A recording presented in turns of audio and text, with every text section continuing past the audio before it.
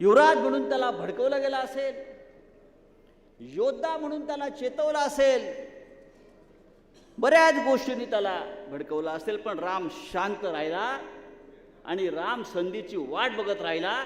जसे माननीय उद्धव ठाकरे संयमानं संधीची वाट बघतायत, त्याप्रमाणे श्रीराम सुद्धा त्यावेळेला एका संयमाने एका धैर्यानं वाट पाहत राहिला. किती अवघड प्रसंग रामाच्या आयुष्यामध्ये आला. एका बाजूला त्याच्या राज्याभिषेकाची तयारी सुरू आहे. अयोध्या सजली, अयोध्या नटली, अयोध्या रंगली आहे. जेवणावळी पंक्ती उठतायत, हवन चालू आहे, संगीत, मेहंदी, बारात, सर्व काही सुरू आहे. अनेक राजघराणी लग्नाला पोचलेली आहेत. वस्त्र तयार आहेत, अलंकार तयार आहेत. राजपुत्र शपथ घेणार म्हणून सचिवांची, त्यांच्या ओएसडींची लगबग सुरू आहे. त्याच वेळी एक जी.आर येतो, एक सूचना येते, प्रभू श्रीरामा म्हणजे श्रीरामा राज्याभिषेक वगैरे नाही, कोट उतरवा, वस्त्र उतरवा, वल्कल नेसा आणि आपण आता वनवासाला चला. पुढली 14 वर्ष आपल्याला या प्रकारचं जीवन जगायचं आहे. किती कठीण प्रसंग आलाय की हातातलं राज्य जात आहे.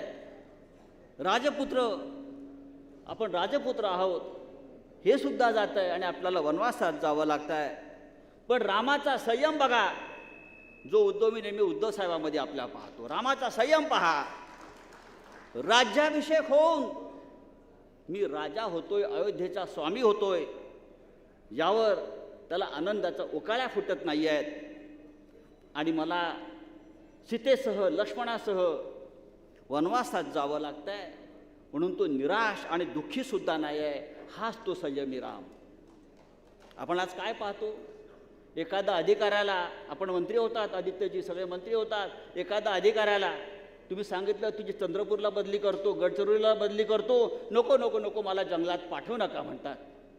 संपर्क प्रमुखांना म्हणालो जरा चंद्रपूरला काम करा, नको दुसरा एखादा जिल्हा द्या म्हणतात.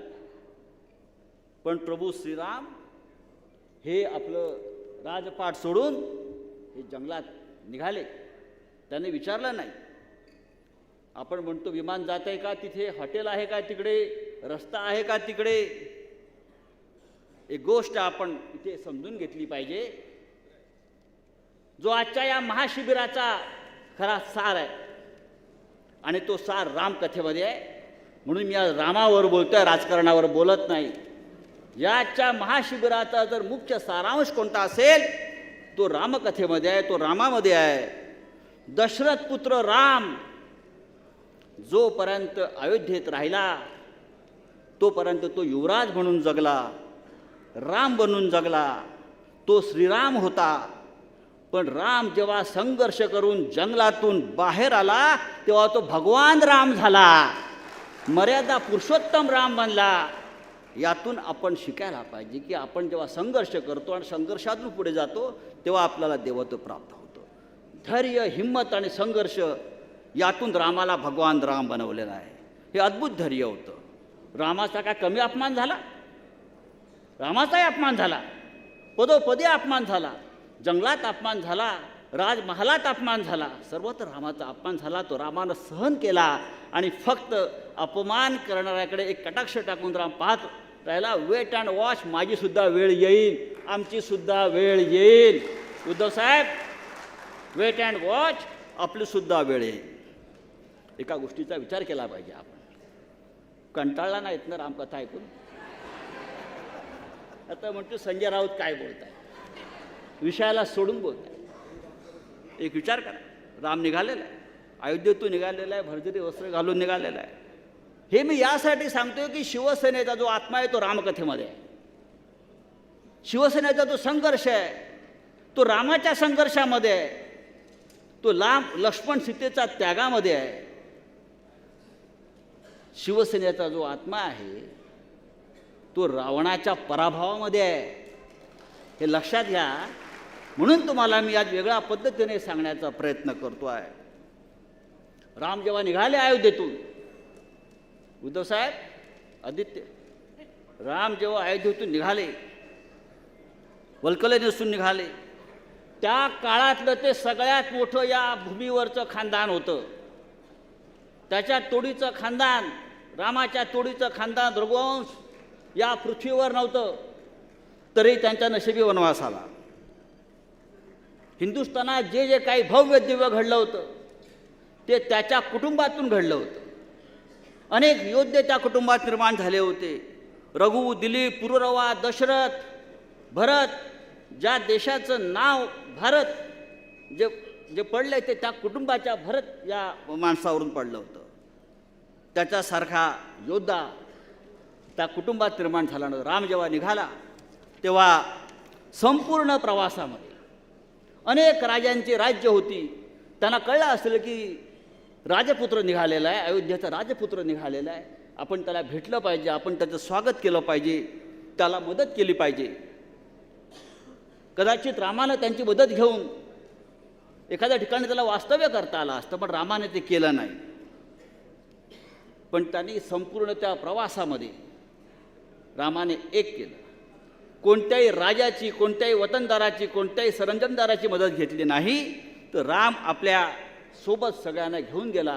ती सामान्य माणसं होती, ती वानर होते, ती माकडं होती, आपल्यासारखी साधी माणसं होती, वंचित होते, आदिवासी होते. लक्षात घ्या, वंचित होते, आदिवासी होते, ओबीसी होते, क्षत्रिय होते, सगळे होते. आणि त्या सगळ्यांना घेऊन राम पुढे गेला.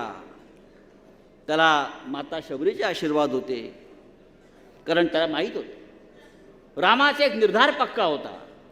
रामाचा निर्धार असा होता की ज्या अन्यायाविरुद्ध, ज्या अत्याचाराविरुद्ध मी लढायला उभा ठाकलेलो आहे, ती लढाई मला जी लढायची आहे ती धनिकांच्या मदतीने मला लढायची नाही आहे, ती अंबानी अडाणीच्या मदतीने मला लढायची नाही आहे. ती लढाई मला या माझ्या सामान्य शूर अशा योद्ध्यांच्या ताकदीवर मला ही लढाई लढायची आहे, त्याने ठरवलं. आणि म्हणून रामाचं महत्त्व हे शिवसेनेसाठी अत्यंत महत्त्वाचं आहे. राम आला की रावण येतो, राम आला की रावण येतो. तेव्हा एकच रावण होता.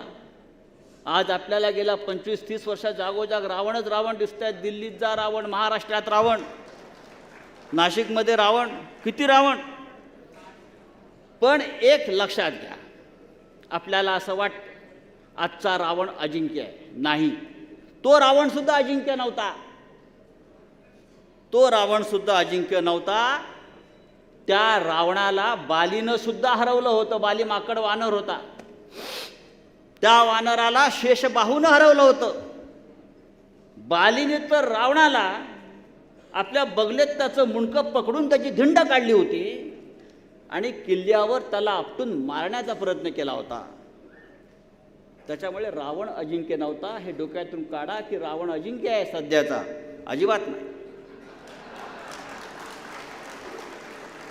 विजय आपला आहे, आपण जिंकणार. हे नाशिकमधलं मी सांगलेलं सत्य आहे आणि ते सत्य होणार आहे, कारण मी रामभक्त आहे. प्रभूंना खरं वाटणार नाही, माझ्या पाठीशी प्रभू आहेत, पण मी रामभक्त आहे. बजरंगबली हनुमान जेव्हा सीतेचा शोध घेण्यासाठी लंकेत पोचला, हनुमानाला अटक झाली. रावणाचे सैनिक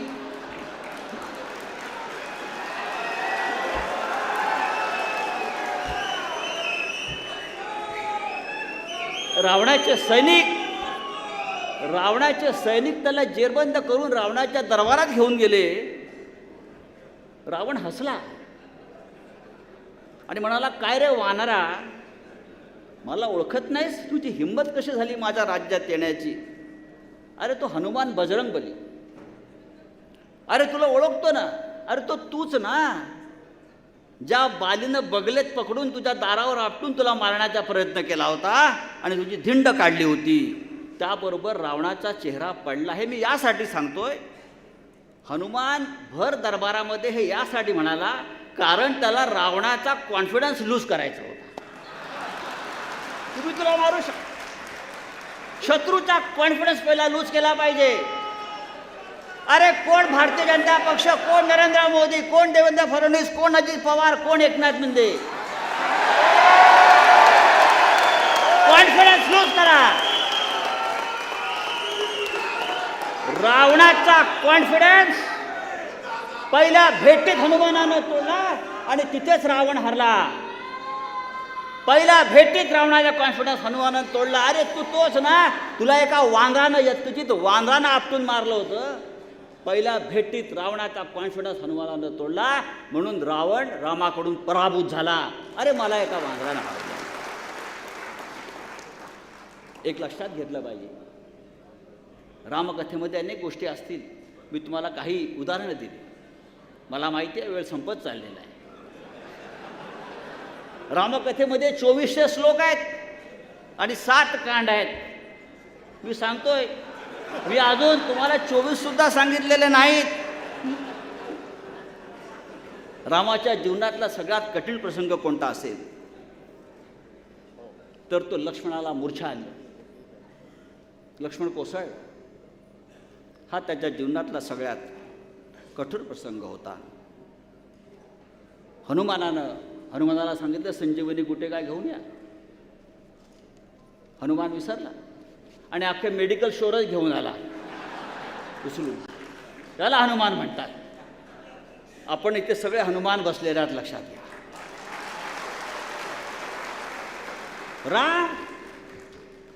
रामामध्ये उत्तम लिडरशिप क्वालिटी होती. रामासारखा नेता झाला नाही, लक्षात घ्या. राम देव नव्हता, राम नेता सुद्धा होता. रामानं काय केलं? रामाने आपल्यातल्या सामान्य वंचितांना, शूद्रांना, कार्यकर्त्यांना नेता बनवलं. त्याने बालीला नेता केलं, त्याने सुग्रीवाला सेनापती केलं. ज्या सुग्रीवाची बायको बालीनं तिचं हरण केलं होतं, बरं का, त्याने त्या सुग्रीवाला ताकद दिली आणि बालीचा वध केला आणि सुग्रीवाला नेता केला. हे रामाचं नेतृत्व गुण आहेत.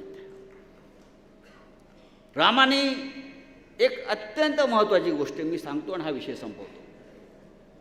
लिडरशिप क्वालिटी काय असते, जी आपण रामकथेतून शिकली पाहिजे, जी आपण रामाकडून घेतली पाहिजे. हनुमान कोण होता? आपल्या दृष्टीनं हनुमान एक वानर होतं, एक शेपटी त्याला आहे, आपण त्याला पूजा करतो. पण ज्या वेळेला प्रभू श्रीरामानं हनुमानाला सांगितलं की हनुमाना तू लंकेत जा आणि सीतेची ख्याली खुशाली जी का आहे तिला सांग, मी येतो आहे, काळजी करू नकोस. आपण असतं तर काय केलं असतं? आपण एखाद्या शाखा प्रमुखाला जरी काही काम सांगितलं तरी 10 वेळा त्याला समजलंय ना तुला, पण त्याच्यावरती अजून 2 माणसं आपण नेमतो. अरे बघ तो काय करतो आहे. त्याचा हनुमानावरती विश्वास होता. दोघांमधला संवाद इतकाच आहे वाल्मिकी रामायणामध्ये की तू जा, मी खुशाल आहे, सांग तू खुशाल राहा, लवकरच मी येतोय. आणि पुढल्या सगळ्या घडामोडी हनुमानानं त्याच्या स्वतःच्या हिमतीवर केलेल्या आहेत. हनुमान गेला, त्याने सूक्ष्मरूप धारण केलं, त्याने लंकिनीला मारलं, त्याने सीतेला अंगठी दिली. मग त्याने स्वतःला अटक करून घेतली त्यावेळेला तिथं, कारण त्याला रामाच्या दरबारात जायचं होतं. त्याने स्वतःला अटक करून घेतली. त्याला रामाचं राज्य पाहायचं होतं, म्हणून रावणाचं राज्य पाहायचं होतं, म्हणून त्याने स्वतःला अटक करून घेतली.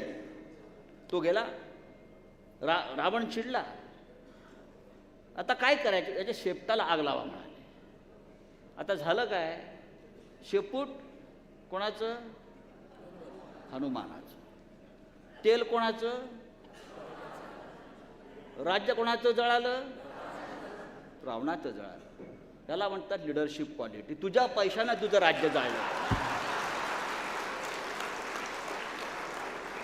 माझं काही नाही जळालंय, तुझं जळालंय. माझी शेपटी सुरक्षित आहे.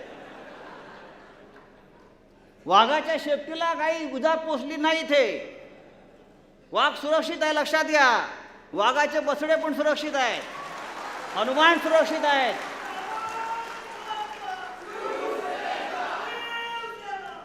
तर रामानं हनुमानाला जे सांगितलं ते तेवढंच सांगितलं आणि बाकी पुढलं सगळं रामायण हनुमानानं निर्माण केलं. याला म्हणतात लिडरशिप क्वालिटी, नेतृत्व. आपल्या सहकाऱ्यांवरती विश्वास ठेवा. आपले सहकारी ताकदीचे आहेत, ते करू शकतात. इकडली दुनिया तिकडे करू शकतात. उद्धवजी हे एवढे एवढे हनुमान इथे बसलेले आहेत. लंकेला आग लावायला किती वेळ लागतो आहे? तुमच्या आदेशाची गरज नाही आहे. आम्ही आहोत. आजच्या महाशिबिराचं वैशिष्ट्य तेच आहे. उद्धवजी आम्ही आहोत हे सांगण्यासाठी आम्ही थांबलेलो आहोत. तुम्ही आहातच. रामाच्या कथेचा दुसरा शेवटचा एक सार सांगतो आणि विषय संपवतो. नेतृत्व जे ईश्वरानं निर्माण केलेलं आहे ते माझं भाग्य आहे. हे राम सांगतो. जे ईश्वरानं निर्माण केलेलं आहे ते माझं भाग्य आहे. आलतू फालतू मिंधेच्या कारस्थानानं माझं भाग्य बदलणार नाही. आमच्या भाग्यात आहे ते आम्ही शौर्यानं लढून मिळवू. समय से पहले और भाग्य से ज़्यादा कुछ नहीं मिलता. हा रामकथेचा मुख्य सार आहे. आम्ही लढून मिळवू, आम्ही जिंकू. आणि आमचं जे राज्य तुम्ही हिसकवण्याचा प्रयत्न केलेला आहे त्या राज्यावर जो मगाशी आपण जे भगवा झेंडा फडकवला आहे त्यापेक्षा उंचा भगवा झेंडा जो गगनाला गवसणी घालेल तो आपण फडकवू. हे आजचं महाशिबिर त्यासाठी आहे. उद्धवजी आम्ही आहोत. हे हनुमान आहेत. जय हिंद, जय महाराष्ट्र आणि जय श्रीराम.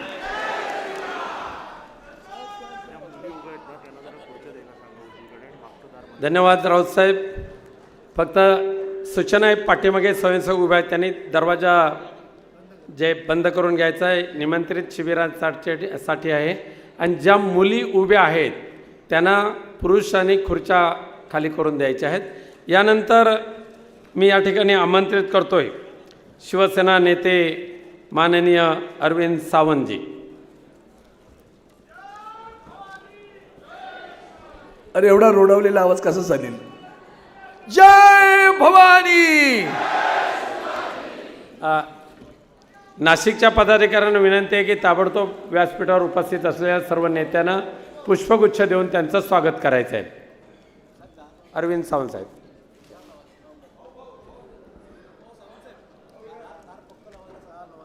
दार जरा व्यवस्थित बंद करायला सांगितलंय.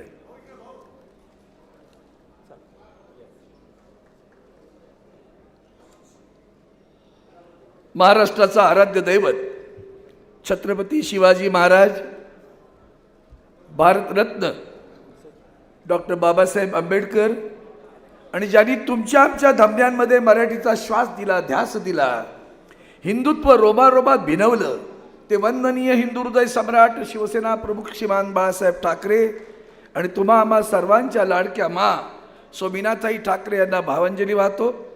आणि आज 23 जानेवारी वंदनीय शिवसेना प्रमुखांचा जन्मदिवस.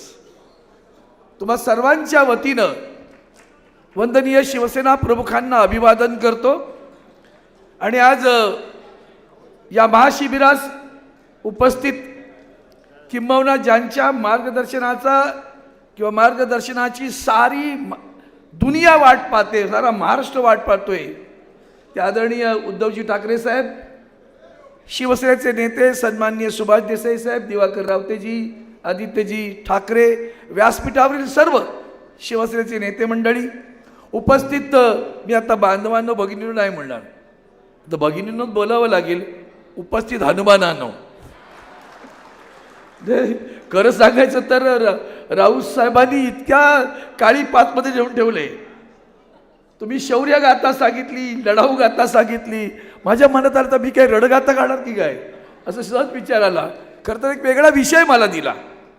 आणि तो विषय आहे सध्याच्या काळामध्ये जेव्हा आपण सर्वजण या सगळ्या शिबिरामध्ये बसलोय तेव्हा आदरणीय उद्धवजींचं मार्गदर्शन असं होतं की विविध विषय मांडले पाहिजेत. आपण एकच विषय सगळ्यांनी बोलूया नको. पण राऊत साहेब तुम्ही धमाल केली. अशी काही धमाल केलीत की नाही की तुमच्या मनातला हा हनुमान, तो त्यातला मीही एक हनुमानच आहे बरं का. आपण सगळेजण मिळून इथं भगवा झेंडा फडकवल्याशिवाय स्वस्त बसणार नाही एवढं मात्र निश्चित.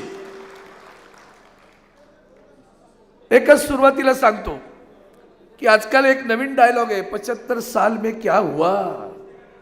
हा मोठा डायलॉग आहे. आदरणीय उद्धवजी ठाकरे साहेबांनी मला भारतीय कामगार सेनेचा अध्यक्ष केलं. खरं तर शिवसेनेच्या निर्मितीनंतर शिवसेनेची अधिकृत कोणती संघटना पहिली निर्माण झाली तर ती भारतीय कामगार सेना निर्माण झाली. आणि त्या भारतीय कामगार सेनेनं उभ्या महाराष्ट्रात सर्वसामान्य कामगाराला न्याय दिला. वंदनीय शिवसेना प्रमुखांची 2 मार्गदर्शक तत्व होती. हक्क मागताना कर्तव्याला विसरू नका आणि उद्योग जगला तर कामगार जगेल. पण आज आपण पाहतो की जी परिस्थिती देशामध्ये निर्माण झाली, थोडंसं विचारायचा सुद्धा इथं मंथन व्हायला हवं. आज जी परिस्थिती निर्माण झालेली आहे देशामध्ये ती आपण पाहिलं तुमच्या लक्षात येईल. 2014 साली विद्यमान देशाच्या पंतप्रधानांनी दर वर्षाला 2 कोटी नोकऱ्या देऊ म्हणून सांगितलं. 10 वर्ष झाली बरं का. 10 वर्षात 20 कोटी नोकऱ्या मिळायला हव्या होत्या. कुठं आहेत आपण? 20 कोटी नोकऱ्या मिळाल्या की आपल्याला? आणि म्हणून एक चिंतेचा विषय साहेब, 2030 साली साधारण अशी एक अपेक्षा केली आहे की देशाची लोकसंख्या 150 कोटीच्या घरात जाईल. देशाची लोकसंख्या 150 कोटीच्या घरात जाईल आणि अशा वेळेला बेरोजगाराची संख्या इतकी प्रचंड होईल. Centre for monitoring Indian economy या संस्थेने एक अहवाल दिला. त्या संस्थेनं असं म्हटलं की गेल्या 2 वर्षात बेरोजगारी 7% 10.82% गेली. आता या सगळ्यामध्ये ग्रामीण बेरोजगारी 6.2% 10% गेली. का झालं असं? आपल्या प्रत्येक शेतकऱ्याला असं वाटतं, प्रत्येक शेतकऱ्याच्या कुटुंबाला असं वाटतं की माझा मुलगा नोकरीत असला पाहिजे, कारण त्याला शाश्वत पगाराची गरज आहे. अवकाळी पाऊस, दुष्काळ, पूर यामध्ये त्याचा संसार उद्ध्वस्त झाला आहे. म्हणून ग्रामीण भागात सुद्धा सगळेजण शहराकडे धावत आहेत, नोकऱ्या मिळाल्या पाहिजेत. पण नोकऱ्या कुठे आहेत आपल्याकडे? आणि म्हणून मला एक लक्षात आणलं पाहिजे की आज सुद्धा नाईलाज म्हणून काही लोक रस्त्यावर बसत आहेत. साहेब, मी एक अतिशय कडवट उदाहरण सांगतो. जेट एअरवेज बंद पडली आणि त्याचं एक कुटुंब, नवरा बायको दोघंही जेट एअरवेजमध्ये होती आणि दोघांना सुद्धा नोकऱ्या केल्यावर, आपल्या अंधेरीतलं उदाहरण आहे, दोघंही शेवटी रस्त्यावर वडापाव विकायला बसले. जेट एअरवेजमधला ज्या लाखोंनी पगार घेणारा कामगार. म्हणून गंभीर आहे. आपल्या शिबिरात याचं सुद्धा चिंतन व्हायला पाहिजे. आणि मला खास करून जिल्हा प्रमुखांकडनं ही फार मोठी अपेक्षा आहे. संपूर्ण मानवी आमच्या आदित्यजी तर सारखेच सांगत असतात किती उद्योग पळाले, पण जे आहेत ते उद्योगांची अवस्था काय आहे? तेही बंद पडले. खरं तर 60% पगारदार नोकऱ्यांना कोणताही लेखी करार नाही. मी आता भारतीय कामगार सेनेचा अध्यक्ष झाल्यानंतर काही आमच्या युनियनचे प्रतिनिधी येतात, साहेब करारावर सही करा. मग मागणी करतात, साहेब काही मुलांना सांगा ना, त्यांना नियमित करा, रेग्युलर करा. म्हटलं का नाही करत? तेवढी साहेब 10 वर्ष झाली त्याला. मग मी म्हटलं त्या मुलाला बोलवलं, म्हटलं का रे बाबा तू 10 वर्ष नोकरी करतो? हो. मग तुला अपॉइंटमेंट लेटर मिळालं आहे का? तो म्हणतो अपॉइंटमेंट लेटर नाही मिळालं मला. 10 वर्ष कोणतंही अपॉइंटमेंट लेटर न मिळता एक मुलगा नोकरी करतोय, त्याला रेग्युलर होण्याचं दूरच राहिलं. अशी भयावह परिस्थिती आहे. 47% कामगारांना भरपगारी रजा नाही, 54% कामगारांना सामाजिक सुरक्षा नाही. अशा परिस्थितीत आपली माणसं आज या सगळ्या उद्योगांमध्ये, आम्ही भारतीय कामगार सेना म्हणून एवढा प्रयत्न करतो की आपण याच्यातनं प्रयत्न केला पाहिजे, जगवले पाहिजेत, उद्योग जगवले पाहिजेत. करार करताना सुद्धा साधा अर्थ एकच आहे, कामगारांना आर्थिक सुरक्षा नाही, सामाजिक सुरक्षा नाही आणि कायदेशीर संरक्षण सुद्धा राहिले नाही. केंद्र सरकारचे सार्वजनिक उपक्रम घ्या, हे सगळं त्याच्यामध्ये बरं का. सेंटर ऑफ त्यांनी जे अहवाल दिला आहे, 7 कंपन्यांमध्ये 20,000 नोकऱ्या गेल्या. BSNL मध्ये 1.8 लाख नोकऱ्या गेल्या. स्टील अथॉरिटी MTL मध्ये 30,000 नोकऱ्या गेल्या. आणि या उपक्रमांमध्ये आता कंत्राटी पद्धत सुरू आहे. सगळेजण टेम्पररी. म्हणजे माझ्याकडे ॲक्सिस बँकेची लोक आपल्याकडे आली होती साहेब, सगळेजण आमच्या नोकऱ्या पगारवाढ मिळत नाही. मी 10 वेळा त्यांच्याशी बसलो. वेंडरला दिले नसतं, वेंडर पण तुम्ही द्यायला तयार आहे, पण बँकेने मला दिलं पाहिजे ना वाढीव. बँक वाढीव द्यायला तयार नाही, ते काय करणार ती माणसं. 10 वर्ष पिळवणूक चालू आहे.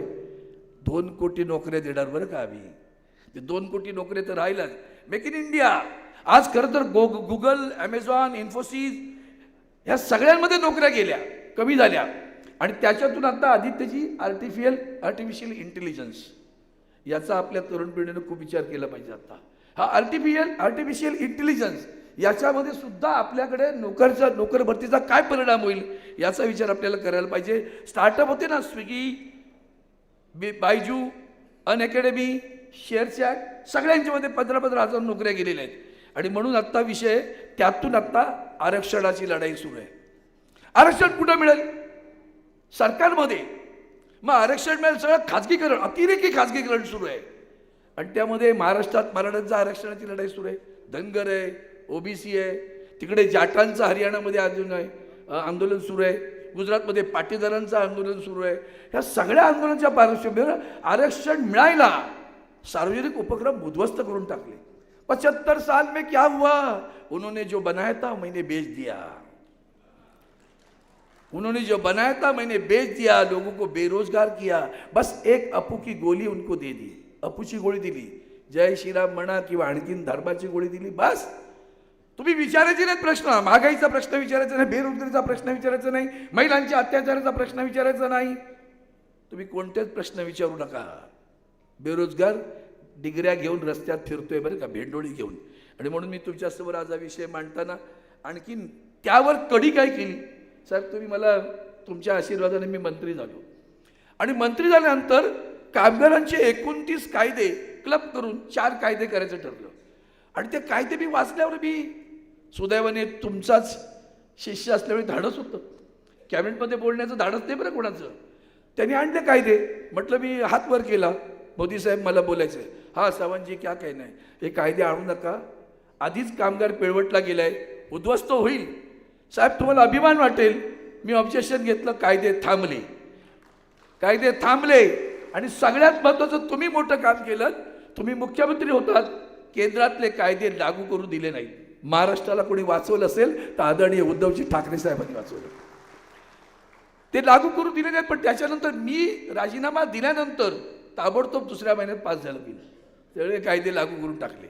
आणि म्हणून आत्ता ह्या शिबिरामध्ये अतिशय चिंतनाचा विषय आहे. नोकऱ्या कशा आहेत? कॅज्युअल. नोकऱ्या कशा आहेत? कंत्राटी. नोकऱ्या कशा आहेत? Fix term. आता फिक्स टर्मचा जो काही प्रकार आहे ना, तो भयानक आहे. म्हणजे माझगाव डॉकसारखी कंपनी 2-2 वर्षाचे करार करते. आणि 2 वर्षाचा करार झाल्यानंतर तो करार रिन्यू करायला लागतो, तेव्हा पुन्हा इंटरव्ह्यू घेते. आणि तो करेनच याची खात्री नाही, त्याच पगारावर नोकरी मिळेल याची खात्री नाही.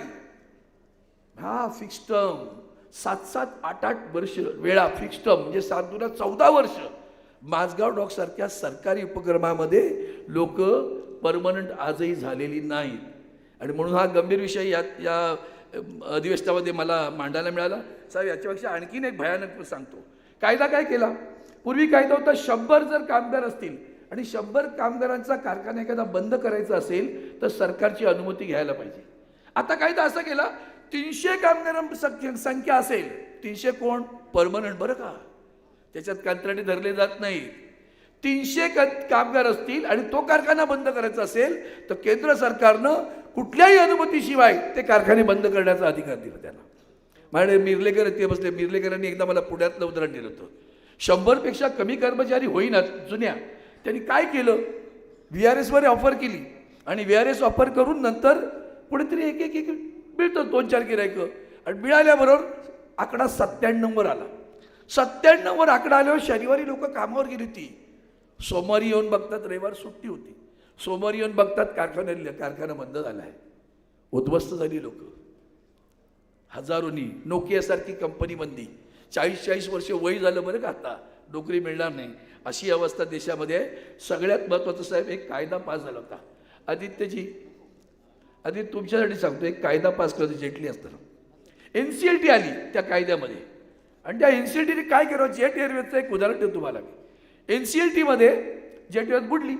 मग गेले NCLTकडे, नॅशनल पोल आमचा ट्रायब्युनल आहे, company law tribunal, national company law tribunal. Tribunal म्हटलं का सध्या भीतीच वाटते.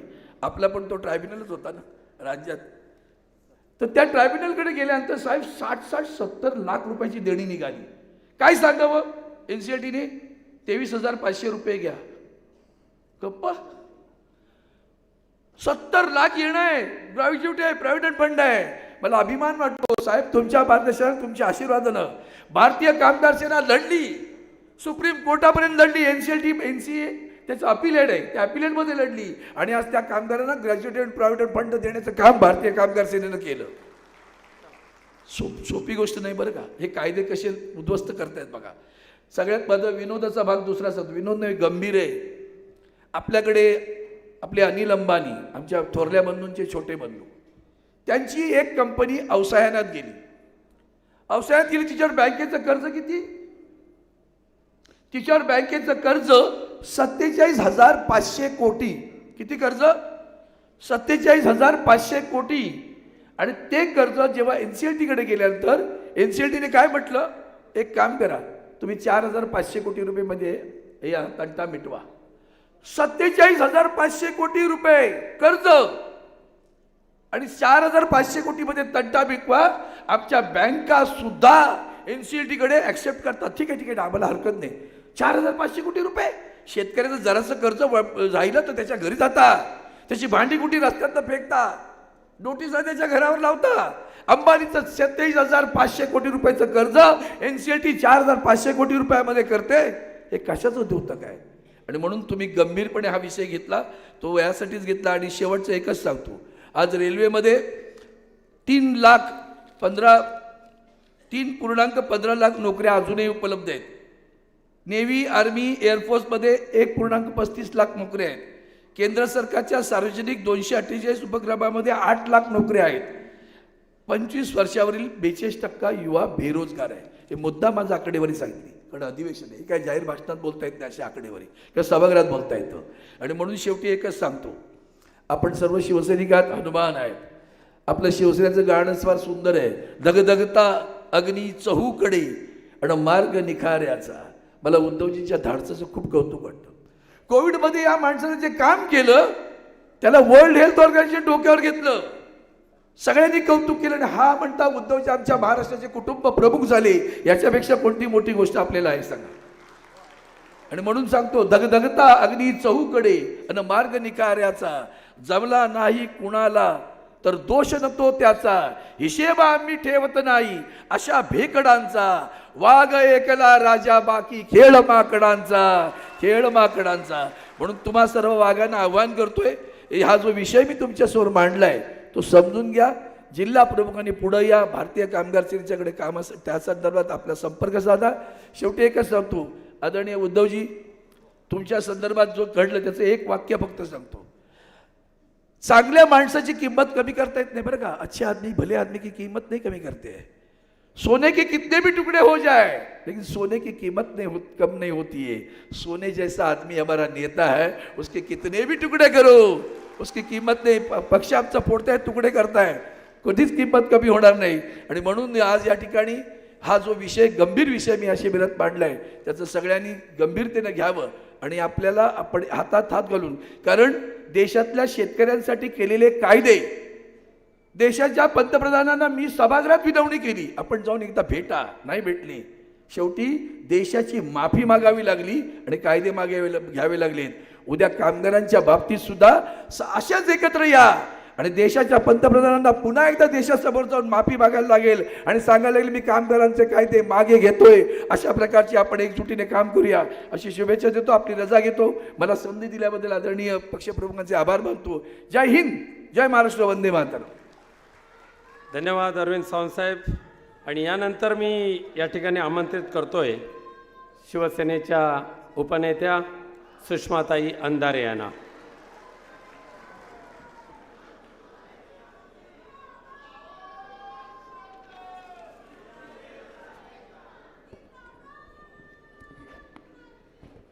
सन्मान आणि विचारमंच आणि विचारमंचाच्या समोरील आपण सर्व सन्माननीय, परिवर्तनाच्या लढ्यात ज्या ज्या महामानवांनी, महानायिकांनी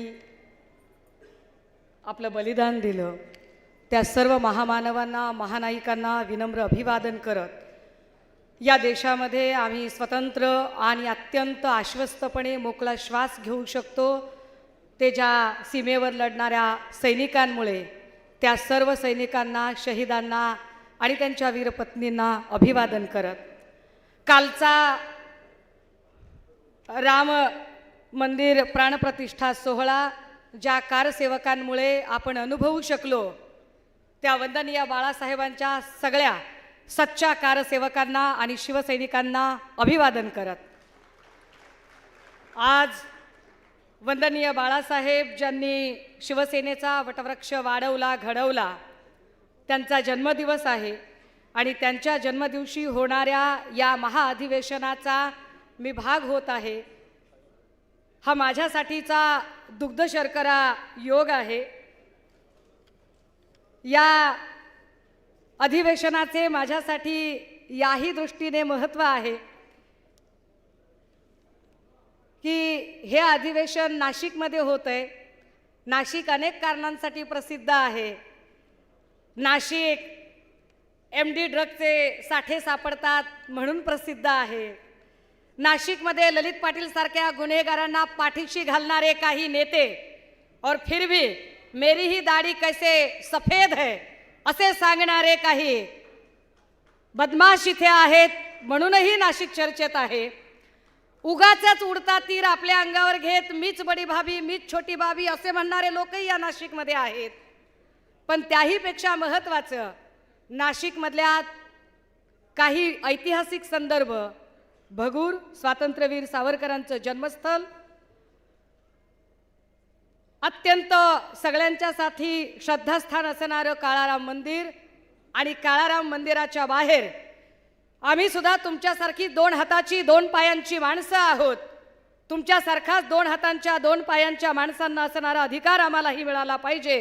ही समतेची चळवळ चालवणाऱ्या विश्वरत्न डॉक्टर बाबासाहेब आंबेडकरांचा सत्याग्रहाची साक्ष देणारा शिलालेख, ज्या शिलालेखाला सन्मान्य पक्षप्रमुखांनी काल अभिवादन केलं, अशा नाशिक शहरामध्ये विशेषतः नाशिकचं अधिवेशन झाल्यानंतर शिवसेनेचं सत्ता आली होती. पुन्हा नाशिकमध्ये अधिवेशन होत आहे. ही पुन्हा शिवसेनेची सत्ता येण्याची नांदी असेल. सर, प्रभू श्रीराम हा आमच्या आस्थेचा, श्रद्धेचा विषय आहे. काल भाजपने त्याचं पॉलिटिकल टूल किट करण्याचा प्रयत्न केला, पण आम्हाला आनंद आहे सर. बाई म्हणून तर मला खूप जास्त आनंद आहे, कारण प्रभू श्रीराम एकवचनी, एकबाणी, एकपत्नी अशी त्यांची व्यक्तिरेखा जी आम्ही रामायणामध्ये अनुभवलेली आहे आणि त्या प्रभू श्रीरामाचे खरे सच्चे अनुयायी आपण शोभता. ते याच्यासाठी सर मी बाई म्हणून आपले विशेष आभार मानले पाहिजे. या महाराष्ट्रात, या भारतात अर्धी लोकसंख्या, 50% लोकसंख्या ही महिलांची लोकसंख्या आहे आणि प्रभू श्रीराम एकपत्नी, एकवचनी, एकबाणी होते. सर, काल आपण प्रभू श्रीरामाच्या मंदिरामध्ये दर्शनाला गेलात, सगळे रिच्युअल्स पार पाडलेत आणि आपण अत्यंत सन्मानाने महिला म्हणून आमच्या वहिनींचे अधिकार कुठेही डावलले नाही. आमच्या वहिनींना ते सगळे अधिकार आपण दिले. बाकी आम्ही काल बघितलं सर, काही नेते तुरु तुरु एकटेच जात होते आणि पत्नी वनवासातच. सर, वाईट वाटत होतं सर, एवढ्या गुढ्या उभ्या केल्या आणि पत्नी सोबत नाही. पण आपण तसं केलं नाही सर. आपण आमच्यासाठी आदर्श आहात की आपण प्रत्येक ठिकाणी वहिनींना सोबत घेतलं, म्हणजेच आपण महिला शक्तीचा सन्मान करणारे आहात. आणि या दृष्टिकोनातून आम्हा सगळ्या महिलांच्यासाठी आपण खऱ्या अर्थाने आदर्श प्रभू श्रीरामाचे सच्चे अनुयायी आहात. सर, मी असं म्हटलं की रामायणामध्ये प्रभू श्रीरामांची जी व्यक्तिरेखा आहे ती एकवचनी सुद्धा आहे, दिलेलं वचन पाळणारी. काल ज्यांनी प्राणप्रतिष्ठेचा सोहळा एक प्रचाराचं टूल किट सारखा केला, त्यांना मुळात एकवचनी असणं कळलंच नाही. ते आशिष कुरेशी, सॉरी शेलार आहे वाटतं ते, हां, तर ते आशिष शेलार आणि असे खूप सारे लोक ते असं म्हणाले की अरे अरे आमचा नेता, यांना हे कळलंच नाही. अरे एकवचनी होते रे, प्रभू श्रीराम एकवचनी होते. ह्यांचा नेता 72 तासाच्या आत विसरून जातो 70,000 कोटीच्या घोटाळ्याचा आरोप कोणावर केला आणि त्यालाच परत घेतो सोबत. कसले एकवचनी? ते आमचे देवा भाऊ इकडे एकवचनी म्हणतात आणि ते सांगतात राष्ट्रवादीशी युती नाही नाही नाही, आपा धर्म नाही, शाश्वत धर्म नाही, कधीही नाही. आणि पहाटे दुपारी 2-2दा लव्ह मॅरेज करतात, पळून जाऊ लव्ह मॅरेज करतात. हे कसले लव्ह? म्हणजे एकवचनी असण्याची व्याख्या काय असावी यांची? सर, आम्हाला ही गोष्ट आवर्जून यासाठी सांगावी लागते कारण काल प्रभू श्रीरामाचे टूल किट ज्यांनी केले त्यांना विसर पडला की तुम्ही श्रीराम आले आणले असं कितीही म्हणालात तरी तुम्ही रामराज्य आणू शकणार आहात का? रामराज्य आणणं जास्त गरजेचं आहे आणि रामराज्याची संकल्पना महात्मा गांधींनी सांगितली होती, ती फार महत्वाची. ते असं म्हणतात की जेव्हा या देशातली स्त्री रात्री 12 वाजता सुद्धा अत्यंत निर्भयपणे रस्त्याने वावरू शकेल तेव्हा खऱ्या अर्थाने ते रामराज्य आलेले असेल. आमची अडचण अशी आहे सर, मोदीजींच्या काळामध्ये रात्रीच्या 12चं मला माहित नाही, पण दिवसा 12 सुद्धा आमची स्त्री निर्भयपणे रस्त्याने वावरू शकत नाही. हा आमचा प्रॉब्लेम आहे आणि त्यामुळे महिलांच्या अडचणी किंवा महिलांचे प्रश्न मांडले पाहिजेत, त्याच्यावर बोललं पाहिजे. पण आपल्यालाच कसा महिला शक्तीचा फार पुळका वगैरे आहे असं सांगणारे लोक, ज्यांना याचा विसर पडतो की या देशाच्या प्रथम नागरिक राष्ट्रपती असणाऱ्या महामहिम द्रौपदी मुर्मूजी, ज्यांना ना संसदेच्या उद्घाटनाच्या वेळेला ते निमंत्रण देतात आणि सन्मानाने बोलावतात, ना कालच्या कार्यक्रमामध्ये, म्हणजे महिलांचा सन्मान कसा पायदळी तुडवला जातो, सतत महिलांचा अपमान केला जातो. मग त्या खेळाडू महिला असतील किंवा हाथरसच्या महिला असतील, उन्नाव कठुआच्या महिला असतील किंवा रोज महाराष्ट्रात किंवा भारतात रोज यांच्या पॉलिटिकल लीडर्सनीच प्रताडित केलेल्या महिला असतील, याच्यातल्या एकाही महिलांना ते न्याय देत नाहीत. तरीही त्यांनी असं सांगितलं की ते काहीतरी महिला आरक्षणाचं बिल, गाजर दाखवतात आम्हाला. साधं गणित आहे. भारतामध्ये जी काही खासदारांची 543 खासदारांची संख्या आली, 1971च्या जनगणनेनुसार 543 खासदार इथे आले. 1971ला आपली लोकसंख्या 65 ते 70 कोटी होती. 65 कोटी लोकसंख्येच्या आधारावर जर 543 खासदार असतील तर आज घडीला 2030 मध्ये आपली लोकसंख्या 130 कोटी आहे. जर 65 कोटीला 543 तर 130 कोटीला किमान 1000 प्लस खासदार असले पाहिजे आणि किमान 1000 प्लस खासदार होण्यासाठी आधी या देशाचा सेन्सस झाला पाहिजे. तो सेन्सस होताना जातनिहाय जनगणना होणे अधिक महत्त्वाचे आहे, जेणेकरून कुणावरही अन्याय होणार नाही, ना ओबीसीवर होईल ना मराठ्यांवर होईल. ती जातनिहाय जनगणना झाल्याशिवाय महिलांचा आरक्षणाचा टक्का नेमका किती आहे ते कळणार नाही आणि या सगळ्या प्रोसेसला किमान 2034 उजडेल. म्हणजे 2034 ला जी गोष्ट आम्हाला मिळणार आहे त्याच्यासाठी मोदीजी आणि त्यांचे सगळे बालिश व्हॉट्सअप युनिव्हर्सिटीतनं तयार झालेले अर्धवट विद्वान भक्त हे आम्हाला आता सांगतात की अहो आरक्षण, जे आम्हाला आता मिळणारच नाहीये. मी अजून एक महत्त्वाची गोष्ट स्पष्ट केली पाहिजे, जे आपल्या सगळ्यांना माहिती आहे. या भारतामध्ये 2 मोठी महाकाव्य झाली, एक रामायण आणि एक महाभारत. रामायणाने आणि महाभारताने 2 वेगळ्या गोष्टी आम्हाला शिकवल्या. रामायणाने असं शिकवलं की हरिण कधीच सोन्याचं नसतं, मृगजळाच्या मागे धावू नये. आम्हाला जे काही भाजपकडून मृगजळाच्या मागे धावायला सांगितलं जाते त्याला काहीच अर्थ नाहीये, कारण त्याच्यात वस्तुस्थिती आणि वास्तव काहीच नाही. निव्वळ प्रचारकीय आणि ॲडव्हर्टाइज मुवमेंट आणि मार्केटिंग केलं जाते. महाभारतात अजून एक गोष्ट आम्हाला सांगितली गेली, शिकवली गेली की जेव्हा कधी असत्याच्या बाजूने बहुमत असत्याच्या बाजूने जर असेल तर सुडाचं राजकारण सुरू होतं. महाभारतामध्ये कौरवांचं बहुमत होतं, सत्ता असत्याच्या बाजूने होती. पण सत्ता असत्याच्या बाजूने जोपर्यंत होती आणि शकुनी सारखे पाताळयंत्री लोक कूटनीतीनं षडयंत्र करत फासे टाकत होते, तोपर्यंत कौरवांचा विजय होत होता. राहुल नार्वेकरांच्या सारखे पाताळयंत्री लोक जोपर्यंत कपटनीतीने फासे टाकतात, तोपर्यंत कदाचित कौरव पक्षामध्ये सामील झालेली गद्दार गँग असेल किंवा सगळे भ्रष्टाचारी असतील, यांना असं वाटतंय की फासे आपल्या बाजूने पडतील. पण महाभारतामध्ये प्रत्यक्ष कुरुक्षेत्रावर जेव्हा युद्ध सुरू झाले तेव्हा अंतिम विजय संख्येने कमी असणाऱ्या पांडवांचा झाला होता. तो अंतिम विजय आमच्या बाजूने असणार आहे. पण त्याच वेळेला सुडाचं राजकारण करणाऱ्या या लोकांचा चेहरा सुद्धा उघडा पाडला पाहिजे.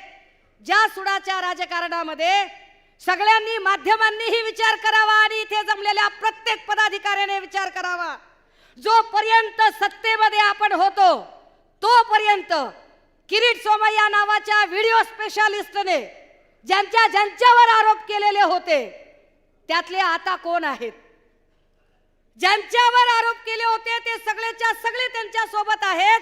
मग ते यशवंत सरनाईक, भावना गवळी पासून ते अगदी 70,000 कोटीचा आरोप झालेल्या माणसांपर्यंतचे सगळे लोक त्यांच्या सोबत आहेत. पण ज्यांच्यावर सत्ता असताना आरोप नव्हते, पण त्यांना सुद्धा तोडायचं आहे. सत्ता नसताना आरोप नव्हते ज्यांच्यावर, आपल्याकडे सत्ता होती तेव्हाही ज्यांच्यावर ते आरोप नव्हते, असे लोक. मग त्यामध्ये अनिल परब साहेब असतील, रवींद्र वायकरजी असतील, किशोरीताई पेडणेकर असतील, राजन साळवी असतील, वैभवदादा नाईक असतील, कितीतरी अशी माणसं आहेत की ज्यांचा काही संबंध, सूरज चव्हाण, या लोकांची नावं नव्हती. ही लोक सत्ता आपल्याकडे जेव्हा होती तेव्हा यांच्यावर कुठलेही आरोप नव्हते. याचा सरळ सरळ अर्थ असा आहे, हे सरळ सरळ परसेप्शन असं आहे की तुम्ही आमच्या सोबत त्यांच्यासह आला असतात तर आम्ही तुमच्यावर ईडीची कारवाई केली नसती. आम्ही ईडीची कारवाई करू जर आमच्या सोबत आला नाहीत. आम्हाला आनंद आणि अभिमान आहे की आमच्या सोबत राजन साळवी साहेबांच्या सारखे नेते आहेत जे मोडेल पण वाकणार नाही म्हणताहेत. आम्हाला आनंद आहे आमच्या सोबत सूरज भैया चव्हाण सारखी माणसं आहेत जे सूरज भैया सांगताहेत की आदित्य दादा चिंता करू नका, आत बसावं लागलं तरी चालेल पण लढू, या दमन यंत्रणेच्या विरोधात आम्ही लढू, ईट से ईट बजा देंगे. आम्हाला आनंद आहे की आमच्या सोबत किशोरीताई पेडणेकरांच्या सारखी आमची बहीण आहे, आमची आई आहे जी सांगते की एक वेळ माध्यमांच्या समोर येऊन यांच्या दडपशाहीला कंटाळत आम्ही जाहीर ईडीच्या समोर आत्मदहन करावं का, पण आम्ही तुमच्या सोबत येणार नाही. ही ताकद ठेवणाऱ्या बायका, ही ताकद ठेवणारे शिवसैनिक आमच्या सोबत आहे. तरी सुडाचं राजकारण करता, किती सुडाचं राजकारण करावं? या व्हिडिओ स्पेशालिस्टचा खरा चेहरा उघडा पाडल्यानंतर लोकशाहीचा चौथा खांब म्हणून काम करणाऱ्या प्रसार माध्यमांपैकी लोकशाही चॅनलच बंद पाडण्या इतका घाणेरडा, गलिच्छ आणि सुडाच्या राजकारणाचा प्रकार या व्हिडिओ स्पेशालिस्टने केला. यांना उघडं पाडलं पाहिजे. आणि अजून एक गोष्ट, माफ करा राऊत साहेब, मी फक्त 2 मिनिटं घेते, पण यांना सांगितलं पाहिजे एकदा की अरे आमच्यापैकी कुठलाही नेता असेल, इथे आमचे ओमदादा बसलेले आहेत, ओमराजे निंबाळकर, राहुल पाटील साहेब बसलेले आहेत, आमचे कैलास पाटील साहेब बसलेले आहेत, इकडे मंचावर अनेक राजन विचारे साहेब, अंबादास दानवे दादा, भास्कर दादा, राऊत साहेब, सगळे नेते, खैरे साहेब, अनिल देसाई, अरविंद भाई, याच्यातल्या एकाही नेत्याने भाजपच्या किंवा शिंदे गटाच्या एकाही महिलेबद्दल कधीही गलिच्छ शब्द प्रयोग केला नाही, एकाही महिलेचा अपमान केला नाही, एकाही महिलेला एकाच्याही वैयक्तिक आयुष्यात आम्ही डोकावलं नाही, एकावरही आम्ही चिखलपेट पोचलो नाही. काय घाणेरडा प्रकार आहे सर. रोज कुणीतरी टिल्ले पिल्ले उठतात, 1.5 2 फुटाच्या उड्या मारतात. आणि या टिल्ल्या पिल्ल्यांनी आमच्या बायकांवर बोलायचं, आमच्या महिलांवर बोलायचं. अरे ताकद लागते रे, ताकद लागते. आम्ही लढतोय आणि लढत राहू. आम्हाला लढण्याचा आणि संघर्षाचा वारसा आहे. काय संबंध आहे रे वहिनींचा? काय संबंध आहे आमच्या बायकांचा? टिल्ली पिल्ली पोरं येतात, टिल्ली शेंबडे शेंबडे, ज्याला राजकारणातला र कळत नाही असे, हा सुमार बुद्धिमत्तेचे लोक येतात. वहिनी तुमचा तर दर 2 महिन्यांनी राजकीय प्रवेश करतात, दर 2 महिन्यांनी. तेजस दादा तुम्ही तर बोलूच नाही. आले दमदार पाऊल टाकले. अरे काय, अरे तुमच्या ताटात काय पडलंय ते बघा की किती गाढव चरतंय ते. तुमच्या ताटातल्या भाजपच्या आणि RSSच्या पण लोकांनी, मी तुमच्या हिताचं सांगते रे, RSSच्या हिताचं सांगते. लक्षात घ्या, पुन्हा एकदा सांगते, जे पुण्यात सांगितलं होतं, सन्माननीय संजय राऊत साहेबांच्या साक्षीनं सांगितलं होतं, ते वारूळ मुंग्या बनवतात, मुंग्या. पण वारूळ तयार झाल्यावर त्यात राहायला विषारी नाग येतात. RSSच्या लोकांनी सत्तेचं वारूळ तयार केलं, पण त्याच्यात राहण्याचं भाग्य त्यांना मिळालं नाही. त्या वारुळात राहायला गद्दार नाग तिकडे गेले. आणि त्यातले काही गद्दार उठतात आणि आमच्या महिला भगिनींवर बोलतात, पण आम्ही बोलणार नाही, कारण आम्ही खानदानी लेकरं आहोत. खानदानी, तुम्हाला कळणार नाही खानदानी कशाला म्हणतात ते. आम्ही प्रचंड संयमी नेतृत्वाचे आम्ही अनुयायी आहोत. आणि संयमी नेतृत्वाचे अनुयायी म्हणून मग सुषमा अंधारेचं काहीच सापडत नाही, ईडी सापडत नाही, CBI सापडत नाही, क्रिमिनल रेकॉर्ड सापडत नाही, काही सापडत नाही. मग काहीतरी माकुडे 20-25 वर्षापूर्वीचा एखादा चेक काढायचा. घाबरत नाही रे तुम्हाला, चला भीक घालत नाही, काय करायचं ते करा, काय करायचं ते करून घ्या. नाशिकचे बी ते जे 2-4 आमदार खासदार आहेत, काय करायचे ते करून घ्या. आमची आत बसायची तयारी आहे, लढायची तयारी आहे, मरायची तयारी आहे, गोळ्या झेलायची तयारी आहे, काय विष प्रयोग कराल ती सुद्धा तयारी आहे. लढणार म्हणजे लढणार. दादा हो, मी माझं भाषण अगदी शेवटाकडे येते.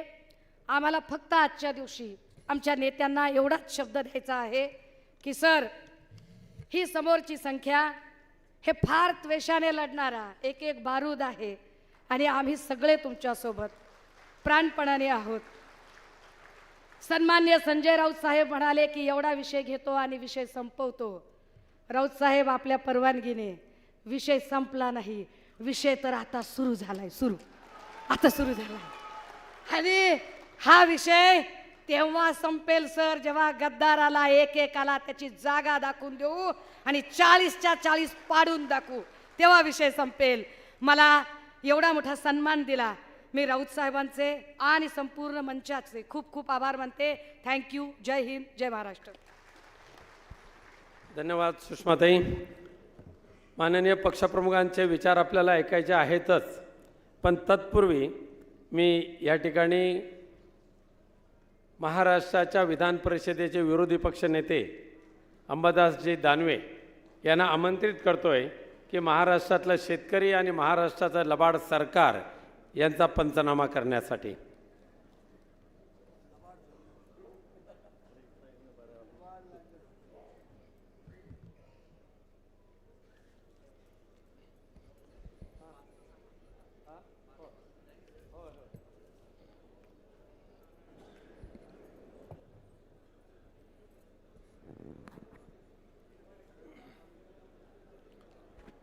महाराष्ट्राची कुलस्वामिनी आई तुळजाभवानी, सह्याद्रीचा जाणता राजा छत्रपती शिवराय, हिंदू हृदय सम्राट शिवसेना प्रमुख श्रीमान बाळासाहेब ठाकरे यांना मानवंदना. व्यासपीठावरील सर्व उपस्थित मान्यवर नेते, सर्व महाराष्ट्राच्या कानाकोपऱ्यातून उपस्थित असलेले सर्व शिवसैनिक, माता भगिनी आणि बांधवांनो, खरं तर राऊत साहेबांनी, सावंत साहेबांनी आणि सुषमाताईंनी एवढ्या उंचीवर सगळे विषय नेल्यानंतर मला इथं बोलायला सांगण्यात आलेलं आहे. सगळ्या मोठ्या मोठ्या बॅट्समननी चांगली इनिंग खेळली आणि आता खालच्या तळातल्या फलंदाजाला बोलवलेलं आहे. पण मी ही शिवसेना प्रमुखाचा पक्का शिवसैनिक आहे. मीही लढाल, चांगल्या पद्धतीनं लढाल, चांगल्या पद्धतीनं विषय मांडण्याचा प्रयत्न करतो. माझ्या भाषणाला एखाद वेळेस टाळ्या वाजवायला मिळणार नाही, परंतु काही सत्यता महाराष्ट्रातली आपल्यासमोर मांडावी लागेल, तीही आपल्याला अभ्यासावी लागेल. राजकीय विषय राऊत साहेबांनी, सुषमाताईंनी मांडलेले आहेत. कामगारांचा विषय सावंत साहेबांनी मांडलेला आहे. परंतु एक महाराष्ट्रात काम करत असताना, विधान परिषदेत एक विरोधी पक्षनेता म्हणून काम करत असताना महाराष्ट्रातली आत्ताची जर स्थिती बघितली तर या महाराष्ट्रात एक लबाड सरकार काम करतंय अशा प्रकारची स्थिती आहे आणि फक्त काम करायचं ढोंग करतंय अशा प्रकारची या महाराष्ट्रातली या सरकारची स्थिती आहे. हे सरकार घोषणा तर दररोज मोठ्या मोठ्या करतंय, तो प्रत्यक्षात जनतेच्या हिताचं कोणताही निर्णय हे सरकार करत नाही. विशेषतः मी ग्रामीण भागातला शिवसैनिक असल्यामुळे शेतकऱ्यांच्या विषयावर मी हात घालू इच्छितो. कामगारांच्या विषयावर जसं सावंत साहेबांनी विषय मांडलेला, मी शेतकऱ्यांचे काही विषय मांडू इच्छितो. आणि हे विषय ज्यावेळेस आपण ऐकाल, पाहाल, समजून घ्याल तर मला असं वाटतं फक्त शेतकऱ्यांची क्रूर चेष्टा करण्याचं काम आत्ताच्या घडीला या महाराष्ट्रात चालू आहे. मला वेळ अतिशय मर्यादित आहे, त्यामुळे मी फार डिटेलमध्ये जात नाही. प्रत्येक विषयाला थोडं थोडं शिवण्याचा प्रयत्न करतो. आपण या नाशिक जिल्ह्यामध्ये, या महाराष्ट्रातला सगळ्यात जास्त कांदा उत्पादक जिल्हा म्हणून नाशिकला ओळखलं जातं. आणि या कांद्याची जर आताची परिस्थिती बघितली तर या कांद्याला अनुदान सरकारने मागच्या अधिवेशनात जाहीर केलं,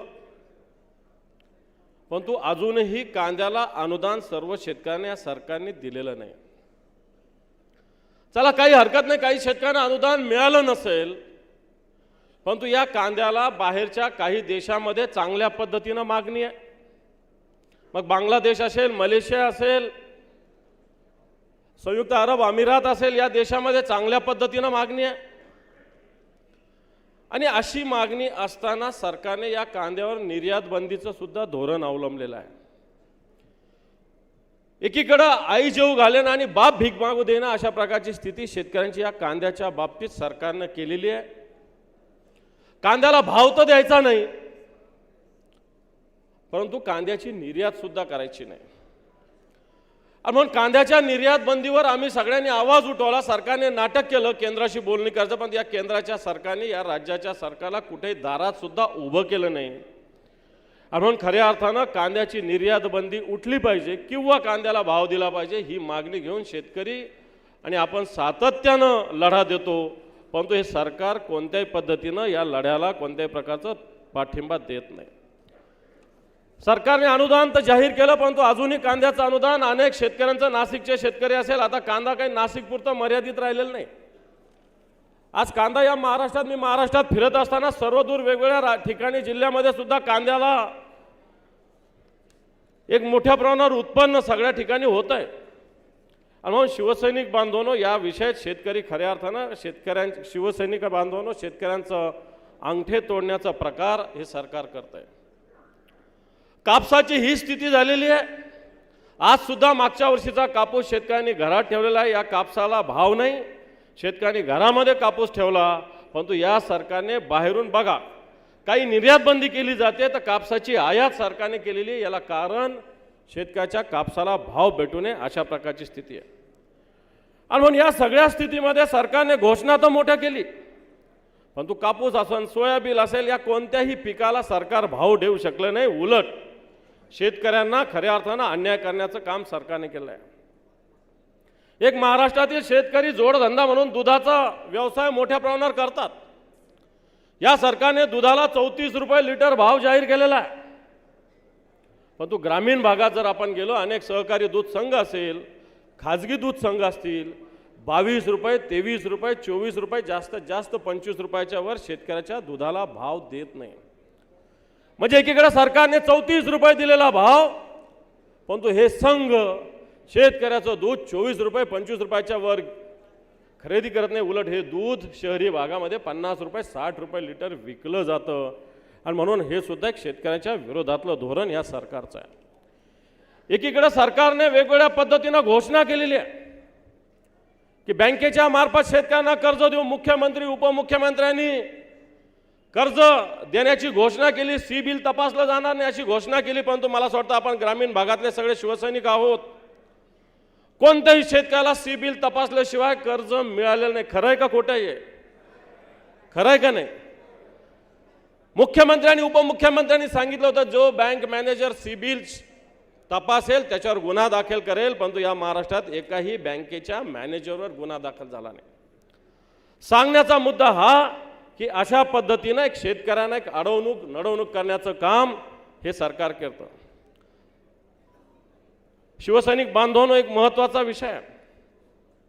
या सरकारने पंतप्रधान कृषी सन्मान योजना सुरू केली. केंद्राच्या आणि राज्याच्या सरकारने सुद्धा सुरू केली एक नमो योजना. या महाराष्ट्रामध्ये 1,52,000 शेतकरी खातेदार आहे. 1,52,000 शेतकरी खातेदार आहे. 1,52,00,000 खातेदार असताना या महाराष्ट्रामध्ये पहिला हप्ता या योजनेचा आला होता 1,12,00,000 शेतकऱ्यांना. 1,52,00,000 असं चला ठीक आहे, आपण कोणी इन्कम टॅक्स होल्डर आमदार खासदार याच्यातून वगळले काही हरकत नाही. हे झाले 1,12,00,000. आता मला सांगा की शेतकऱ्याच्या खात्यामध्ये वाढ होत असते का कमी होत असते? तर मला वाटतं बऱ्याच ठिकाणी शेतकऱ्यांच्या खात्यामध्ये वाढ होत असते. वाटण्या होतात वेगवेगळ्या पद्धतीनं. 5 एकरचे 2-2 एकर होतात, 3-3 एकर होतात, 2.5-2.5 एकर होतात. परंतु आत्ता 15वा हप्ता आलेला आहे, हा आलेला आहे फक्त 51 लक्ष शेतकऱ्यांना. म्हणजे सरकार लबाड कसं आहे, हे सरकार खोटारडं कसं आहे, हे मी आपल्या मार्फत सर्वसामान्य जनतेपर्यंत नेऊ इच्छितो की खऱ्या अर्थानं 1,12,00,000 शेतकऱ्यांना पहिला हप्ता आलेला असताना आताचा हप्ता आलेला आहे फक्त 51 लक्ष शेतकऱ्यांना. बांधवांनो, हे सरकार ज्यावेळेस आलं त्यावेळेस त्यांनी आत्महत्या मुक्त महाराष्ट्र करू अशा प्रकारची घोषणा केली. परवा सुभाष देसाई साहेबांचा मला फोन आला. या महाराष्ट्रातील शेतकऱ्यांच्या आत्महत्याविषयी त्यांनी चर्चा केली. आपल्या पक्षप्रमुखांनी याविषयी चिंता व्यक्त केली. आपण कशा पद्धतीनं मदत देऊ शकतो अशा प्रकारची चिंता व्यक्त केली. या महाराष्ट्रात 1 जानेवारी 2023 ते 31 डिसेंबर 2023 किती आत्महत्या झाल्या कोणी विचार करू शकतं? कोणी विचार करू शकतं किती आत्महत्या झाल्या? मी आकडा सांगतो, आपल्याला आश्चर्य वाटेल. या महाराष्ट्रात 2,921 शेतकऱ्यांनी मागच्या 1 वर्षात आत्महत्या केल्या. 2,921. आपण बघतो फक्त मराठवाड्या आणि विदर्भात आत्महत्या होतात. विदर्भाच्या नागपूर विभागात 299 आत्महत्या झाल्या. अमरावती विभागामध्ये 1240 आत्महत्या झाल्या. मराठवाड्यामध्ये 1057 आत्महत्या झाल्या. पुण्यामध्ये 31 झाल्या आणि नाशिकमध्ये सुद्धा 254 शेतकऱ्यांनी आत्महत्या केली. या आत्महत्याचा आकडा वर्षभरातला आहे 2,921. आणि म्हणून तुम्हाला सांगण्याचा मुद्दा हा की अशा पद्धतीनं या महाराष्ट्रात आत्महत्या सुद्धा वाढलेल्या आहे. पीक विमा एक विषय महत्त्वाचा आहे. हा पीक विमा जर एखाद्या वेळेस बघितलं तर खऱ्या अर्थानं पीक विमा कंपन्याचे खळगी भरण्यासाठी हा पीक विमा दिला जातो का काय अशा प्रकारची स्थिती आहे. मी फार मागच्या काळात जात नाही, परंतु मागच्या वर्षभराचा जर आकडा आपण बघितला तर या महाराष्ट्रामध्ये जवळपास 8,000 कोटी रुपये शेतकऱ्यांचा पीक विमा आहे आणि शेतकऱ्यांच्या पारड्यात पडलेले फक्त 3,500 कोटी रुपये. 8,000 कोटीपैकी 3,500 कोटी रुपये म्हणजे 4,500 कोटी रुपये रक्कम ही शेतकऱ्याच्या ऐवजी पीक विमा कंपन्याच्या पारड्यामध्ये पडलेली आहे. आपण ज्यावेळेस गावगाव जातो, वेगवेगळ्या पद्धतीनं जातो, त्यावेळेस ज्यावेळेस विचार करतो त्यावेळेस या पीक विम्याचा जर विचार केला तर पीक विमा 1 रुपयात पीक विमा ही फसवी योजना आहे. 1 रुपयात पीक विमा दिलेली ही योजना फसवी आहे. आज जे अग्रिम 25% द्यायचं हे सुद्धा शेतकऱ्याच्या पारड्यात पडू शकलेलं नाही. आणि मागच्या वर्षीचे सुद्धा जवळपास 4,500 कोटी रुपये पीक विमा कंपन्याच्या खात्यामध्ये पोहोचलेले माननीय सर्व शिवसैनिकांना मी सांगू इच्छितो. आणि म्हणून पीक विमाचे आकडे देत असताना प्रोत्साहन अनुदान मान्य उद्धवजी ठाकरे साहेब मुख्यमंत्री असताना जाहीर झालं होतं. हे प्रोत्साहन अनुदान ज्यावेळेस जाहीर झालं त्यावेळेस 50,000 रुपये ज्या शेतकऱ्यांची कर्जमुक्ती केली त्यांना द्यायचं आपण कबूल केलं होतं. परंतु आज या शेतकऱ्यांनी हे प्रोत्साहन अनुदान सुद्धा शेतकऱ्यापर्यंत पोहोचलेलं नाही. आणि म्हणून बांधवांनो, मी हे सांगू इच्छितो की ज्या वेळेस शेतकऱ्यांची कर्जमाफी झाली, फडणवीस सरकारच्या काळात सुद्धा झाली आणि उद्धवजींच्या सरकारच्या काळात सुद्धा झाली. फडणवीस सरकारच्या काळात जी कर्जमाफी झाली होती तिची संख्या होती 50,60,000 शेतकऱ्याची कर्जमुक्तीची संख्या होती. प्रत्यक्षात प्रदान झालं फक्त 44 लाख, म्हणजे 6,56,000 शेतकऱ्यांची कर्जमुक्ती अजून झाली नाही. उद्धवजी मुख्यमंत्री असताना 32,40,000 शेतकऱ्याची कर्जमाफी झाली. त्यातल्या 31,97,000 शेतकऱ्यांच्या डायरेक्ट खात्यामध्ये उद्धवजी मुख्यमंत्री असताना पैसे पडले. फक्त 25,000 शेतकरी काही भागातले बाकी आहे. सांगण्याचा मुद्दा हा की अशा पद्धतीनं शेतकऱ्याची फसवणूक होते. शासन आपल्या दारी कार्यक्रम सरकार करतं. शासन आपली दारी कार्यक्रम करत असताना फक्त मला असं वाटतं मोठ्या मोठ्या घोषणा करतं. आणि या शासन आपल्या दारीला मी मान्य उद्धवजी ठाकरे साहेबांच्या नेतृत्वाखाली आदेशानं या महाराष्ट्रामध्ये जनाधिकार कार्यक्रम सुरू केला. बुलढाण्याला झाला, संभाजीनगरला झाला, मुंबईला झाला. येणाऱ्या काळामध्ये तो धुळेला आहे, श्रीरामपुराला आहे, पालघरला आहे, कोल्हापूरला आहे, सिंधुदुर्गला आहे आणि विदर्भामध्ये सुद्धा आहे. या जनाधिकारमध्ये ज्या तक्रारी येतात आणि ज्या सोडवल्या जातात, त्यामुळे शासन आपल्या दारी ही नुसतीच बात मारली जाते. खऱ्या अर्थाने या शेतकऱ्याला साथ देण्याची भूमिका शिवसेनेला घ्यायची आहे. आणि या अधिवेशनातून ज्यावेळेस आपण हा संकल्प करू, या शेतकऱ्याला साथ देऊ, त्यावेळेस मला असं वाटतं येणारा काळ लोकसभा असो विधानसभा असो हा फक्त शिवसेनेचा आहे, शिवसेनेचा आहे, शिवसेनेचाच एवढं सांगतो आणि थांबतो. धन्यवाद. जय हिंद, जय महाराष्ट्र. यानंतर या पदाधिकाऱ्यांच्या महत्त्वपूर्ण शिबिरामध्ये शिवसेना पक्षप्रमुख माननीय उद्धवजी ठाकरे साहेबांच्या आदेशान्वये आपण काही ठरावरूपी निर्धार करणार आहोत. आणि हा पहिला निर्धार, ठरावरूपी निर्धार वाचनासाठी मी या ठिकाणी शिवसेना नेते खासदार अनिल देसाई यांना आमंत्रित करतो.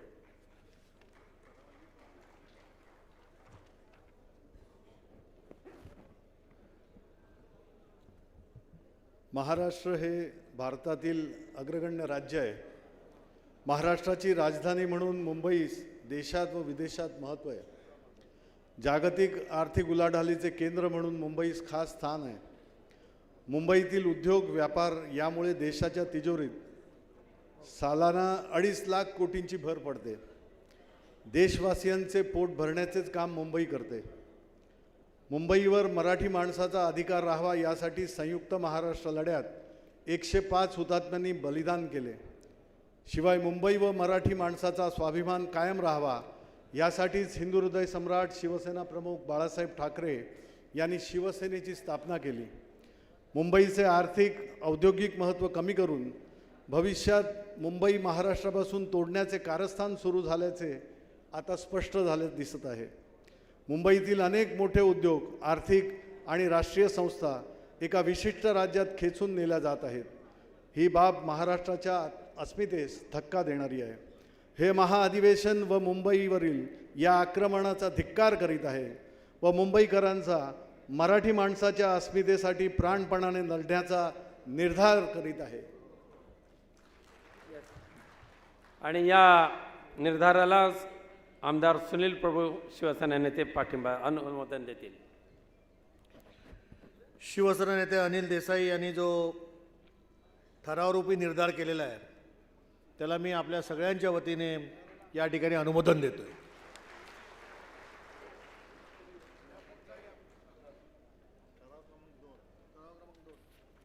दुसरा आपण या ठिकाणी निर्धार करणार आहोत आणि तो निर्धार वाचनासाठी मी खासदार राजन विचारे यांना आमंत्रित करतोय.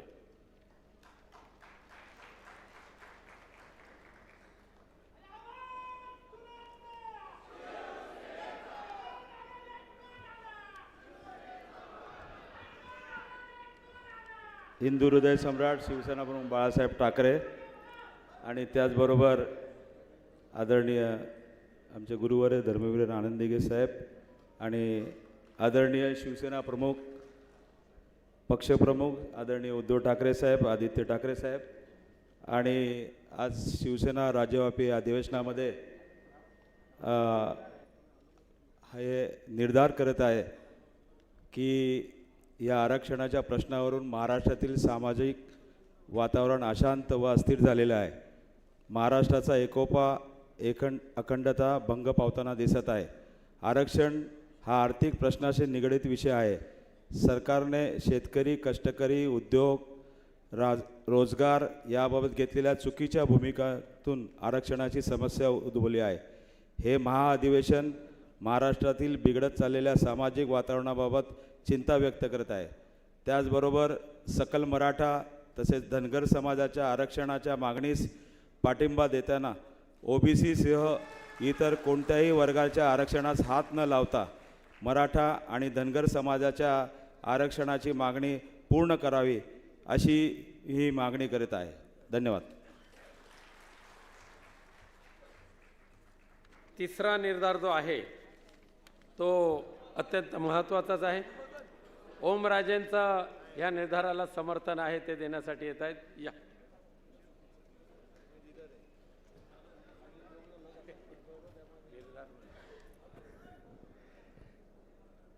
सन्माननीय खासदार राजनजी विचारे साहेबांनी मराठा आणि धनगर समाजाच्या आरक्षणाच्या बाबतीत जो निर्धार या ठिकाणी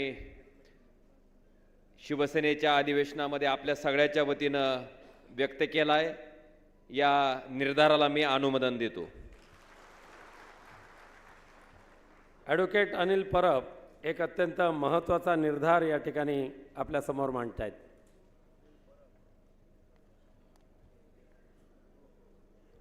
आज केंद्र व राज्य सरकारने विविध सार्वजनिक उपक्रमामध्ये स्वेच्छानिवृत्ती व कंपन्या बंद करण्याचा सपाटा लावला आहे. तर नवीन नोकर भरती संपुष्टात आली आहे. त्यामुळे देशभरात बेरोजगारांच्या संख्येत प्रचंड वाढ झाली आहे. त्यातच केंद्र सरकारने 4 नवीन कामगार संहिता, त्यात पहिली सामाजिक सुरक्षा 2020, व्यावसायिक सुरक्षा आरोग्य व कार्यपरिस्थिती संहिता 2020, औद्योगिक संबंध संहिता 2020, वेतन 2019 संहिता 2020 पारित करून कामगारांच्या आयुष्यावर कुऱ्हाड चालवली आहे. सबब ही प्रतिनिधी सभा असा ठराव करते की केंद्र सरकारने वर नमूद केलेल्या संहिता ज्याप्रमाणे शेतकऱ्यांसाठी आणलेले कायदे व संहिता रद्द केल्या त्याप्रमाणे तात्काळ रद्द कराव्यात.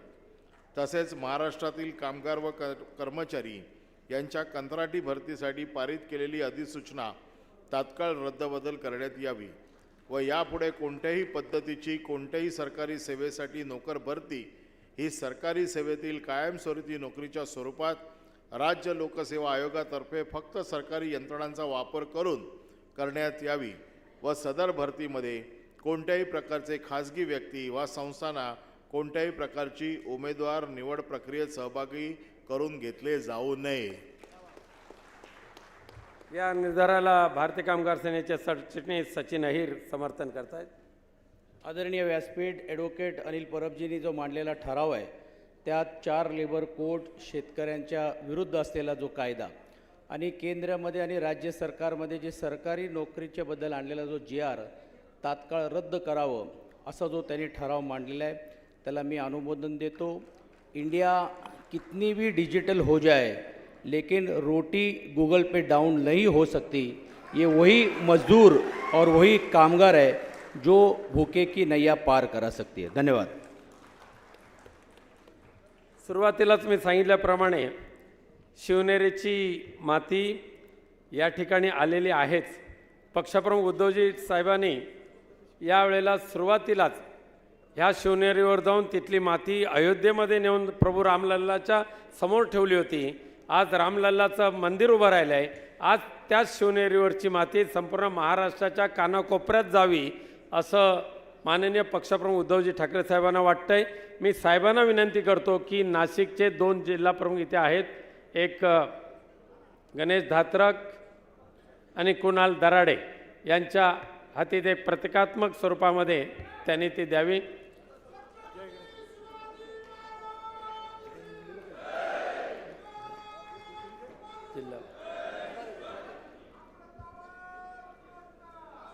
यानंतर पक्षप्रमुख माननीय उद्धव साहेबांचं प्रमुख मार्गदर्शन तर आहेच, पण संध्याकाळी ठीक 5 वाजता गोल मैदान जे अनंत कानेरे मैदानावर शिवसेनेचं महाअधिवेशन महामेळावा आयोजित केलेला आहे.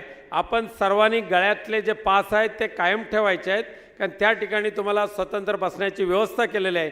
मी आदरणीय पक्षप्रमुख उद्धव साहेबांना नाही, आदित्यजींना ऐकायचं होतंच सर्वांना, अशी इच्छा होती सर्वांची, पण आदित्य साहेब म्हणाले की उद्धव साहेब असल्यामुळे मी बोलणार नाही, आणि म्हणून माननीय पक्षप्रमुख उद्धव साहेबांना मी आपल्याला संबोधित करण्याची विनंती करतो.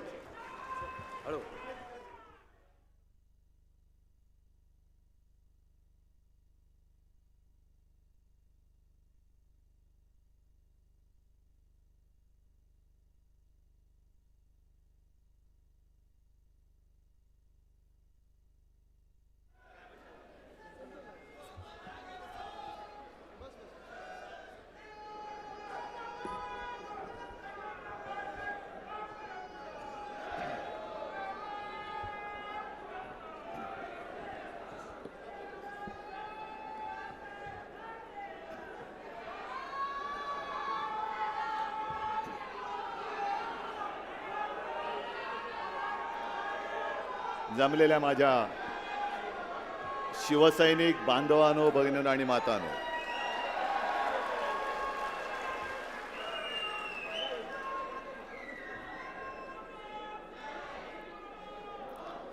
अन्यायाविरुद्ध लढण्यासाठी, ढोंगावरती लाथ मारण्यासाठी ज्यांनी महाराष्ट्रामध्ये जी एक ठिणगी पेटवली, त्या शिवसेना प्रमुखांचा आज जन्मदिवस आहे. साहजिकच आहे, एक पुत्र म्हणून तर नक्कीच,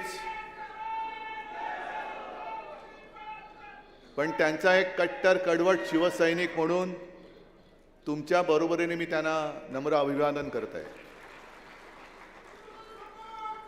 बऱ्याच वर्षांनंतर आज आपलं असं अधिवेशन किंवा शिबिर होत आहे. विषय खूप आहेत, पण आज एक रामायणातले बारकावे संजय राऊत यांनी जे सांगितले, म्हणजे रामदास स्वामींनी मनाचे श्लोक सांगितले होते, तसे यांनी सामनाचे श्लोक सांगितले. म्हणजे सामना कसा करावा म्हणून सामनाचे श्लोक. आणि खरंच आहे की संजय, आपण, सुषमाताई, आपण प्रभू श्री रामचंद्राचा अनुयायी कसा असायला पाहिजे म्हणून माझा उल्लेख केला. संयम, एकवचनी, एकपत्नी, आता तुम्ही म्हणाला, आणि ते खरंच आहे. ते काय वेगळं सांगण्याची गरज नाहीच. पण आज जे काही रामाचे मुखवटे घालून रावण फिरतायत,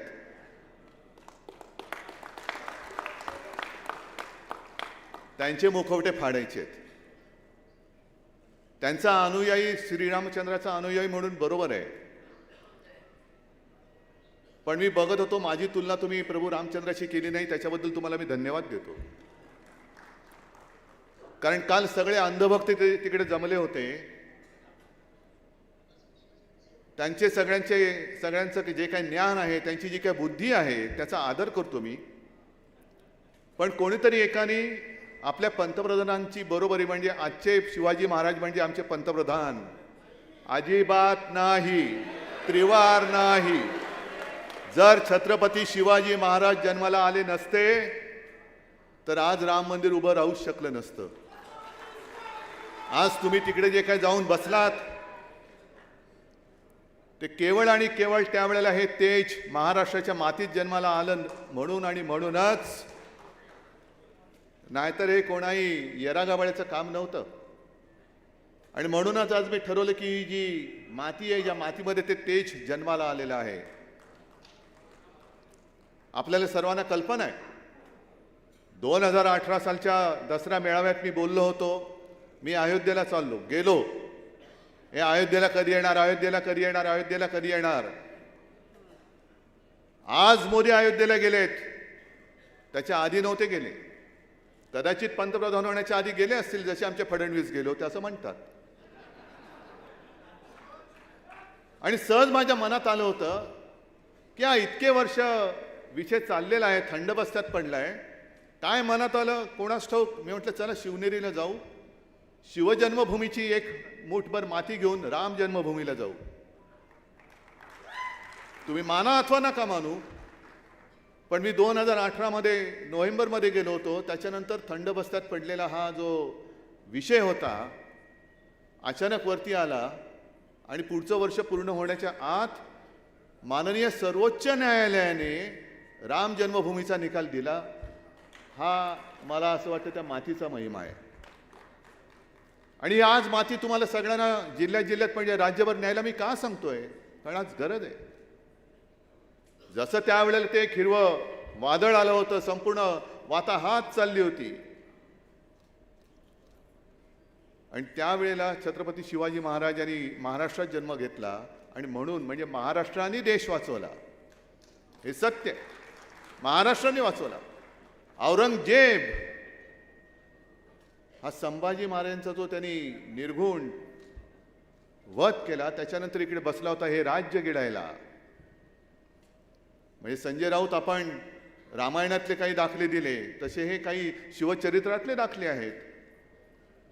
औरंगजेब तेव्हा हे स्वराज्य छत्रपती शिवाजी महाराजांनी हिंदवी स्वराज्याची जी स्थापना केली, त्यांना असं वाटलं होतं की आता शिवाजी महाराज नाही आहेत, संभाजी महाराज नाही आहेत, अब समय आया है महाराष्ट्राला गिळा. शेवटी त्या औरंगजेबाला सुद्धा महाराष्ट्राने मूठ माती दिली. हा सुद्धा इतिहासच आहे आणि हे सत्य आहे. म्हणजे जो महाराष्ट्राच्या वरती आला त्याला महाराष्ट्राने मूठ माती दिलेली. अफजल खान आला त्याला सुद्धा मूठ माती दिली. औरंगजेब आला त्याला सुद्धा मूठ माती दिली. आणि आता हे जे म्हणतात रामाचे सगळे पुजारी, चांगली गोष्ट आहे. प्रभू श्रीरामचंद्र हे कोणत्याही एका व्यक्तीची किंवा एका पक्षाची मालमत्ता नाही. आणि जर तशी तुम्ही करत असाल तर आम्हाला सुद्धा भाजप मुक्त प्रभू श्रीराम करावा लागेल. भाजप मुक्त श्रीराम म्हणजे नुसतं जय श्रीराम नाही, भाजप मुक्त जय श्रीराम. काय चाललंय हे आज? म्हणजे ज्यांनी तुम्हाला तिथपर्यंत पोहोचवलं शिवसैनिक तुमच्या सोबत होते. बाकी मी त्या सगळ्या इतिहासात जात नाहीये. ते प्रदर्शन बघा काय काय, त्याच्यात स्वतः सुभाष देसाई सुद्धा होते. आणि आज आपल्या संध्याकाळच्या सभेमध्ये तेव्हा जे काही कारसेवक गेले होते त्यातले काही आजपर्यंतच्या सगळ्या वर्षांमध्ये आपल्यात ते नाही आहेत, आपल्यातले निघून गेले, पण जे आहेत आणि इकडे येऊ शकले ते सुद्धा आज संध्याकाळी येणार आहेत. महेश्वर कोणी घ्यायचं? बरं घेतलं तर घ्या, माझं काहीच म्हणणं नाहीये, पण निदान प्रभू श्रीरामचंद्राचा एक तरी गुण तुमच्यामध्ये आहे हे तरी आम्हाला कळू द्या. एक तरी गुण. प्रभू रामचंद्र हे सत्यवचनी होते, एकवचनी होते. मग तुम्ही ज्या शिवसेनेने तुम्हाला त्या गादीपर्यंत पोहोचवलं त्या शिवसेनेला वचन मोडणारे तुम्ही राम भक्त कसे काय होऊ शकता? तुम्ही कसे काय होऊ शकता? आणि संजय तुम्ही जे सांगितलं की प्रभू रामचंद्रांनी काय काय केलं, का केलं, वालीचा वध का केला, आणि आपल्याला सुद्धा वालीचा वध का करावा लागेल? कारण त्यांनी आपली शिवसेना पळवलेली आहे. ज्यांनी माझ्या भगव्याशी प्रतारणा केली आणि आपल्या स्वतःची आपल्या हक्काची शिवसेना जो पळवणारे कोणी असतील, वाली असतील, आणखीन कोणी असतील, आणि त्यांचा कोणीही वाली असेल तरी त्याचा आम्ही राजकारणात वध केल्याशिवाय राहणार नाही. हा खरा निर्धार करा. हा खरा निर्धार करा. कारण आता सगळं राममय झालेलं आहे,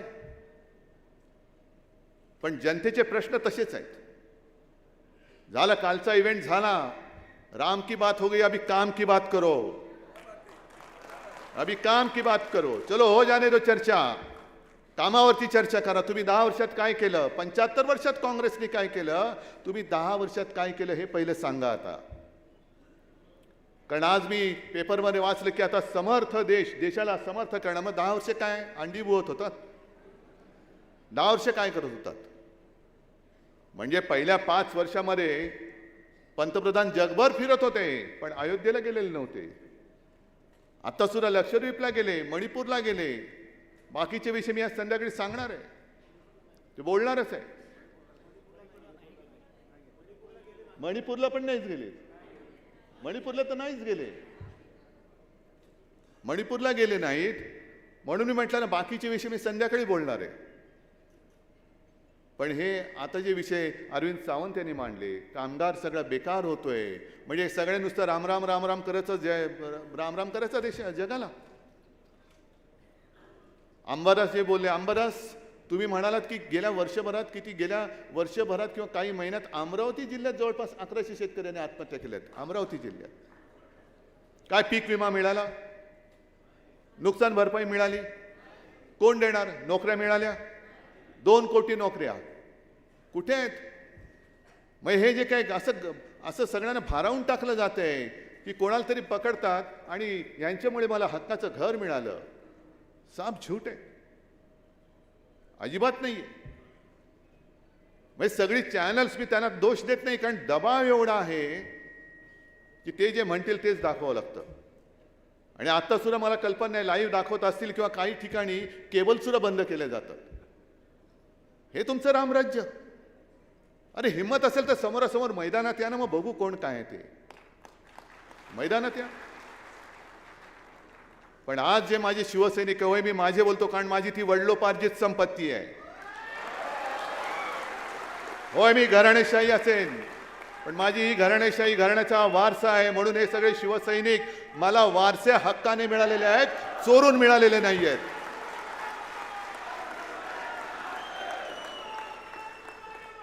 जे तुमच्यासाठी लढले, मोदी पंतप्रधान व्हावे म्हणून आम्ही सुद्धा प्रचार केला होता, मी सुद्धा केला होता.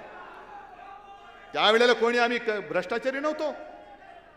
जे वर्षानुवर्ष शिवसैनिकांनी खस्ता खाल्ल्या आणि तुम्हाला ते दिल्ली नाही तर दिसलेच ती तुमच्या पुचाट भाजपावाल्यांमुळे तुम्हाला दिल्ली दिसलेली नाही. माझ्या वीर मर्द शिवसैनिकांमुळे तुम्हाला दिल्ली दिसलेली आहे. आणि ते सगळे शिवसैनिक आज गुन्हेगार. अनिल परब गुन्हेगार, रवींद्र वायकर गुन्हेगार, किशोरीताई गुन्हेगार, सूरज गुन्हेगार, सगळे गुन्हेगार. जेव्हा मुंबईमध्ये दंगली पेटल्या होत्या तेव्हा हे सगळे माझे शिवसैनिक आहेत. तुम्ही सुद्धा आहात. तुम्ही सुद्धा गावागावामध्ये हिंदूंचं रक्षण केलं होतं. आम्ही विचारत नाही बसलो शिवसेनेचा आहेस का भाजपचा आहेस. पण यांनी तिकडे मार खाल्लेला आहे, पोलिसांनी तुडवलेला आहे, लष्कराने तुडवलेला आहे, तुरुंगवास भोगलेला आहे.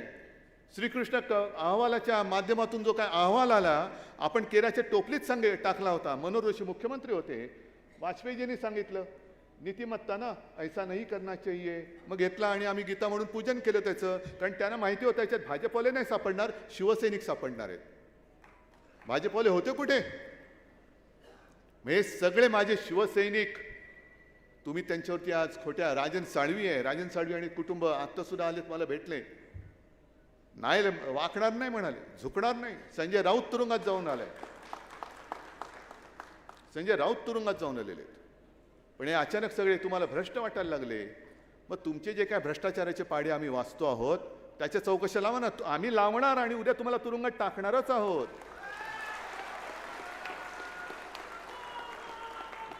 मुंबई महापालिकेचा घोटाळा काढतायत.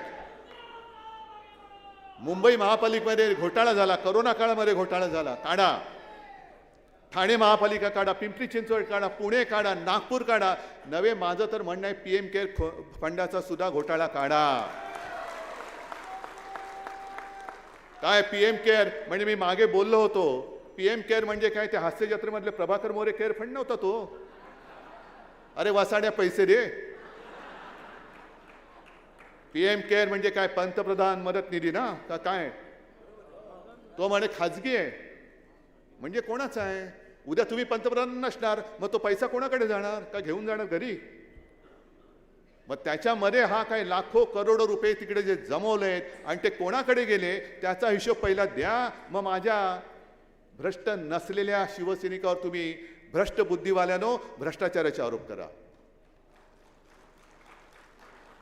पण यांचा भ्रष्टाचार काढला तर एखाद दिवस बातमी चालली तर चालते, वरून दम आला की बंद होते. हे तुम्हाला करायचे. हे नुसते कलश घेऊन घागरी घुमतात तसं घुमत नाही बसायचं महाराष्ट्रामध्ये. महाराष्ट्र पेटवायचा आहे, महाराष्ट्र जागवायचा आहे. यांचे जे काही घोटाळे आहेत, अगदी महाराष्ट्रामध्ये आता जवळपास तो ॲम्ब्युलन्सचा, अरे काय नालायकानो तुम्ही, रुग्णवाहिका जी गरिबांना सेवा देणारी रुग्णवाहिका त्याच्यामध्ये 8,000 कोटीचा घोटाळा करतात. 8,000 कोटी. किशोरीताईंवरती काय आरोप? काय ते कसल्या बॅग? Body bag. अहो कॅगचा अहवाल आहे, जिथे जिथे भाजप प्रशासित राज्य त्या राज्यामध्ये करोनामध्ये जे मृत पावलेले आहेत त्या मृतदेहांवरती सुद्धा उपचार करून ह्या लोकांनी टाळूवरचं लोणी खाणारी अवलाद आहे. CAGचा रिपोर्ट आहे माझ्याकडे रिपोर्ट. काढीन काढायचं तर त्याचंही प्रदर्शन भरवा.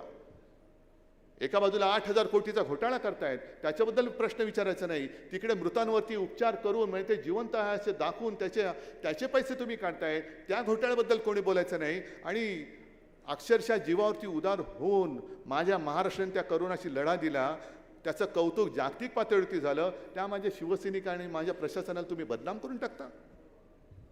घोटाळ्याची सुरुवात तुमच्या PM केअर फंडापासून झालेली आहे, तिथून झालेली आहे. त्याचा तुम्ही हिशोब देत नाही. अरे स्वच्छ असाल तर हिशोब द्याल, स्वच्छच नाही तिकडे हिशोब कसला देणार तुम्ही? आणि हे ED BD सगळे त्यांचे जे घरगड्यासारखे जे राहत आहेत, त्यांचे काही घरगडे आमच्याकडे पण द्या. आम्ही सांगतो त्यांच्यावरती धाडी टाका. आम्ही सांगतो त्यांना तिकडे जा आणि धाडी टाका. आणि केवळ महाराष्ट्रामध्येच नाहीये, अगदी आपल्या बाजूला कर्नाटकामध्ये आता तिकडे काँग्रेसची सत्ता आली. तिकडे त्यावेळेचे जे भाजपचे मंत्री होते, बसवराज पाटील का काहीतरी नाव आहे त्यांचं, त्यांनी सांगितलेले, त्यांच्यावरती कोणीतरी काय आक्षेप घेतला, आरोप केला, त्यांनी भाजपलाच आव्हान दिलं, याद राखा मला नोटीस पाठवली तर मी तुमचे 40,000 कोटीचे घोटाळे बाहेर काढीन. काय उखडलं तुम्ही बसवराज पाटलांचं? त्यांनी सांगितलं की हे मास्क त्यांनी किती किमतीचे किती किमतीला विकत घेतले, आणखीन काय काय होतं आणि त्या किती किमतीला विकत घेतलं.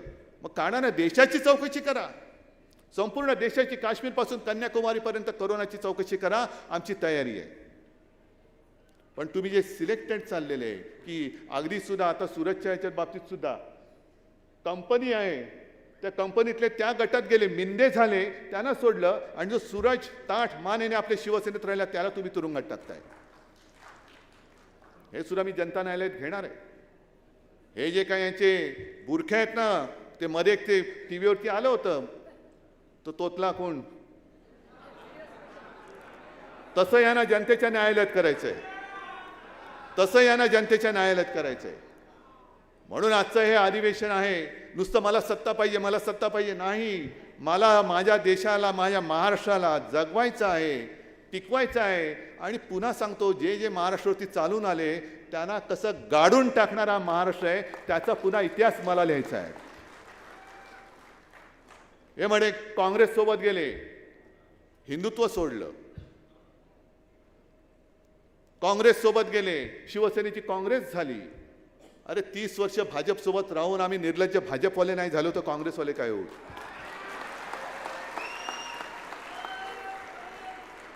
पण आज मुद्दामून, कारण मध्ये आदित्य बोलला होता ते बरोबर आहे, इतिहास उकरून जास्त काय होणार नाही, भविष्य घडवायला शिका, भविष्यात काय चाललेलं आहे. पण मुद्दामून मला एक आठवण करून द्यायची आहे, जे म्हणतात आम्ही हिंदुत्व सोडलं त्यांना सांगायचं, अरे तुम्ही तुमच्या पक्ष जो काय बदलला, जनसंघाचा परत मग घुसतात, म्हणजे जिकडे घुसतील तिकडे घुसायचं. पहिला जनसंघ झाला, तो जनसंघ तेव्हा संयुक्त महाराष्ट्राच्या लढ्यात नाही उतरला, संयुक्त महाराष्ट्राच्या समितीत घुसला जागेसाठी. मुंबईसह संयुक्त महाराष्ट्र झालाच पाहिजे म्हणून जो एक महाराष्ट्रामध्ये काहूर उठलं होतं,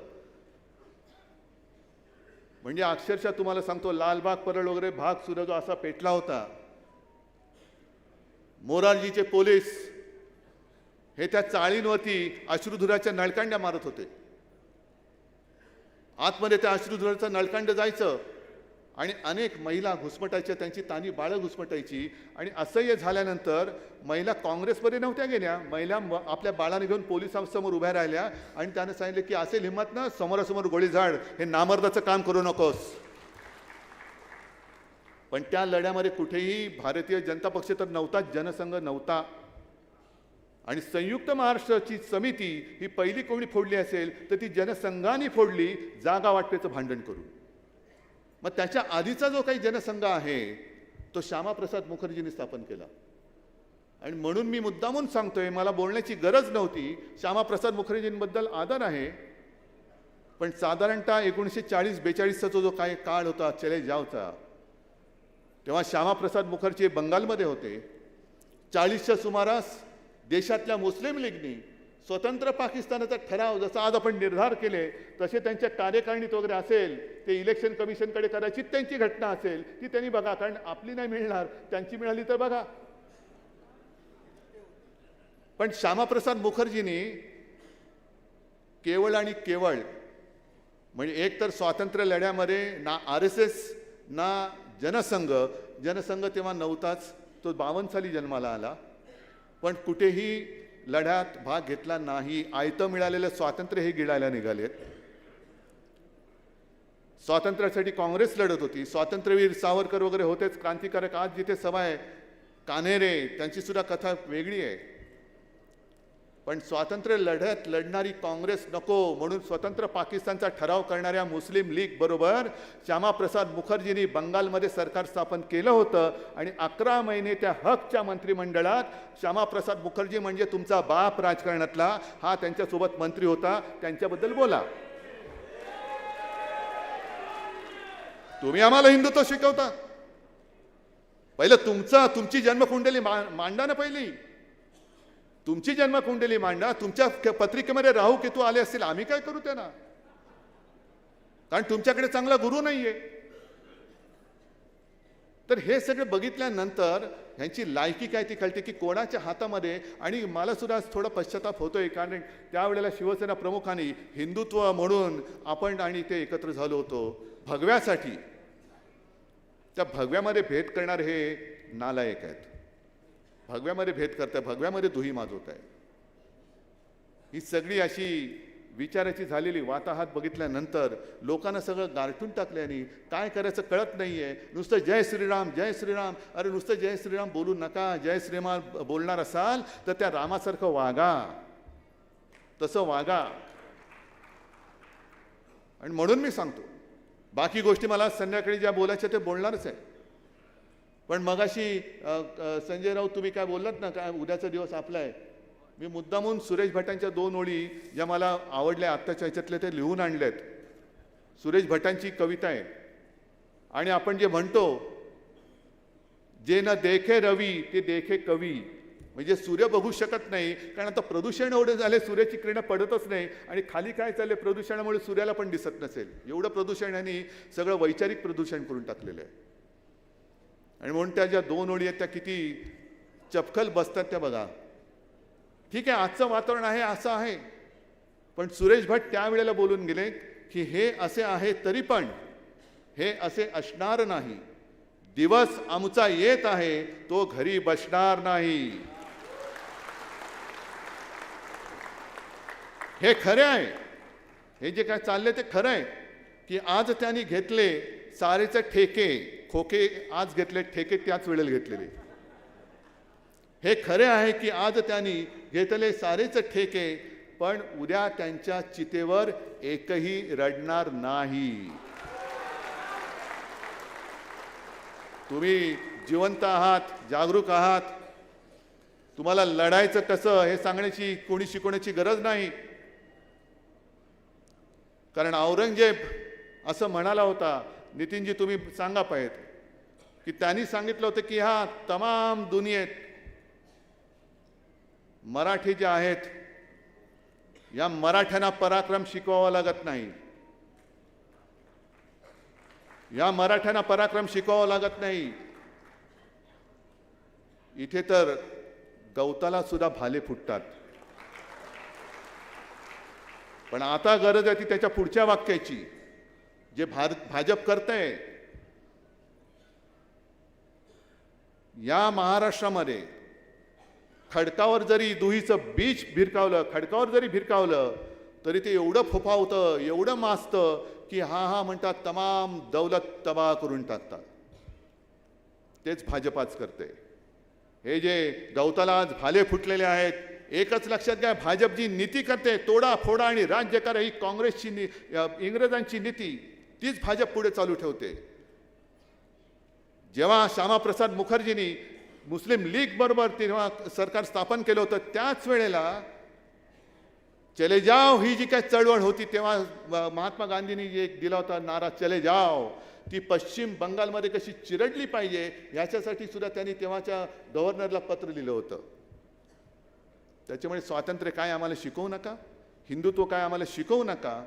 आम्ही आहोत ते छत्रपती शिवाजी महाराजांचे भक्त आहोत, श्रीरामाचे आहोत, भवानी मातेचे आहोत. पण हे कलश घेऊन तुम्ही जाल तेव्हा, आता परवा तुम्ही जनता न्यायालय पाहिलं ना, हे लबाडाचं ढोंग पाहिलं ना तुम्ही. हे आता तुम्हाला हा बुरखा हा फाडावा लागेल. आणि म्हणून मी मध्ये तुम्हाला जो एक कार्यक्रम दिला होता की होऊन जाऊ दे चर्चा, ती पुन्हा सुरू करा. आणि त्या चर्चेला सुरू करताना हा जो पवित्र कलश आहे, ती नुसती माती नाही आहे, ते प्रेरणेचं एक मोठं स्थान आहे. त्याच्यामध्ये त्या छत्रपती शिवरायाच्या तेजाचे अंश आहेत, कण आहेत, ते महाराष्ट्रामध्ये घेऊन जा आणि पुन्हा महाराष्ट्राला पेटवा एकदा. आणि त्यांना जर का वाटत असेल की ते म्हणजे देश, ते म्हणजे प्रभू रामचंद्र, पण ते म्हणजे छत्रपती शिवाजी महाराज होऊ शकत नाही, आम्ही होऊ देणार नाही, अजिबात नाही. आणि म्हणून महाराष्ट्र लढणार पण देश जिंकणार. महाराष्ट्र लढणार पण देश जिंकणार. आमची लढाई केवळ शिवसेनेसाठी नाही, आमची लढाई केवळ महाराष्ट्रासाठी नाही, तर आमची लढाई ही माझ्या देशासाठी म्हणजे माझ्या भारत मातेसाठी आहे. भारत माता पुन्हा तेव्हा परक्यांच्या त्या जोखडातून मुक्त केली, त्यांचेच वंशज आम्ही आहोत. तुमचा वंश वेगळा असेल कारण तुम्ही स्वातंत्र्य लढत नव्हतात, पण तोच शेतकरी त्या लढ्यामध्ये जो उतरला होता, त्या माणसांची आज हे वंशज आहेत. म्हणून पुन्हा भारत माता भले आमचे स्वकीय जरी असले तरी तुमच्या जोखडात आम्ही तिला अडकू देणार नाही. हा एकच निर्धार करा आणि परत संध्याकाळी भेटूया. जय हिंद, जय महाराष्ट्र.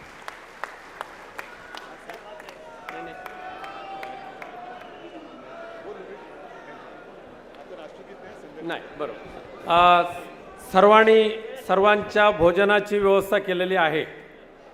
भोजन करायचं आहे आणि संध्याकाळी ठीक 5 वाजता आपल्या गळ्यामध्ये जे भगवा आय कार्ड आहे ते घेऊन त्या अनंत कान्हेरे मैदानावर यायचं आहे. तुम्हाला स्वतंत्र बसण्याची व्यवस्था केलेली आहे. जिल्हा प्रमुखांना 2 सूचना आहेत. एक शिवनेरीवरच्या मातीचा कलश जो आहे तो प्रत्येक जिल्हा प्रमुखांनी घेऊन जायचा आहे आपापल्या जिल्ह्यामध्ये. आणि दुसरं महत्त्वाचं आहे की माननीय सुभाष देसाई साहेबांच्या आदेशान्वये काही पदाधिकारी म्हणजे तुमच्या जिल्ह्यातील पदाधिकाऱ्यांची माहिती संकलित करण्यासाठी तुम्हाला फॉर्म्स इथे तयार ठेवलेले आहेत, ते तुम्ही भरून द्यायचे आहेत. आणि दुसरं, आत्ता सर्वांनी बाहेर गेल्यानंतर प्रत्येकाने शिवसेनेच्या कारसेवकांनी अयोध्येमध्ये बजावलेली जी कार सेवा आहे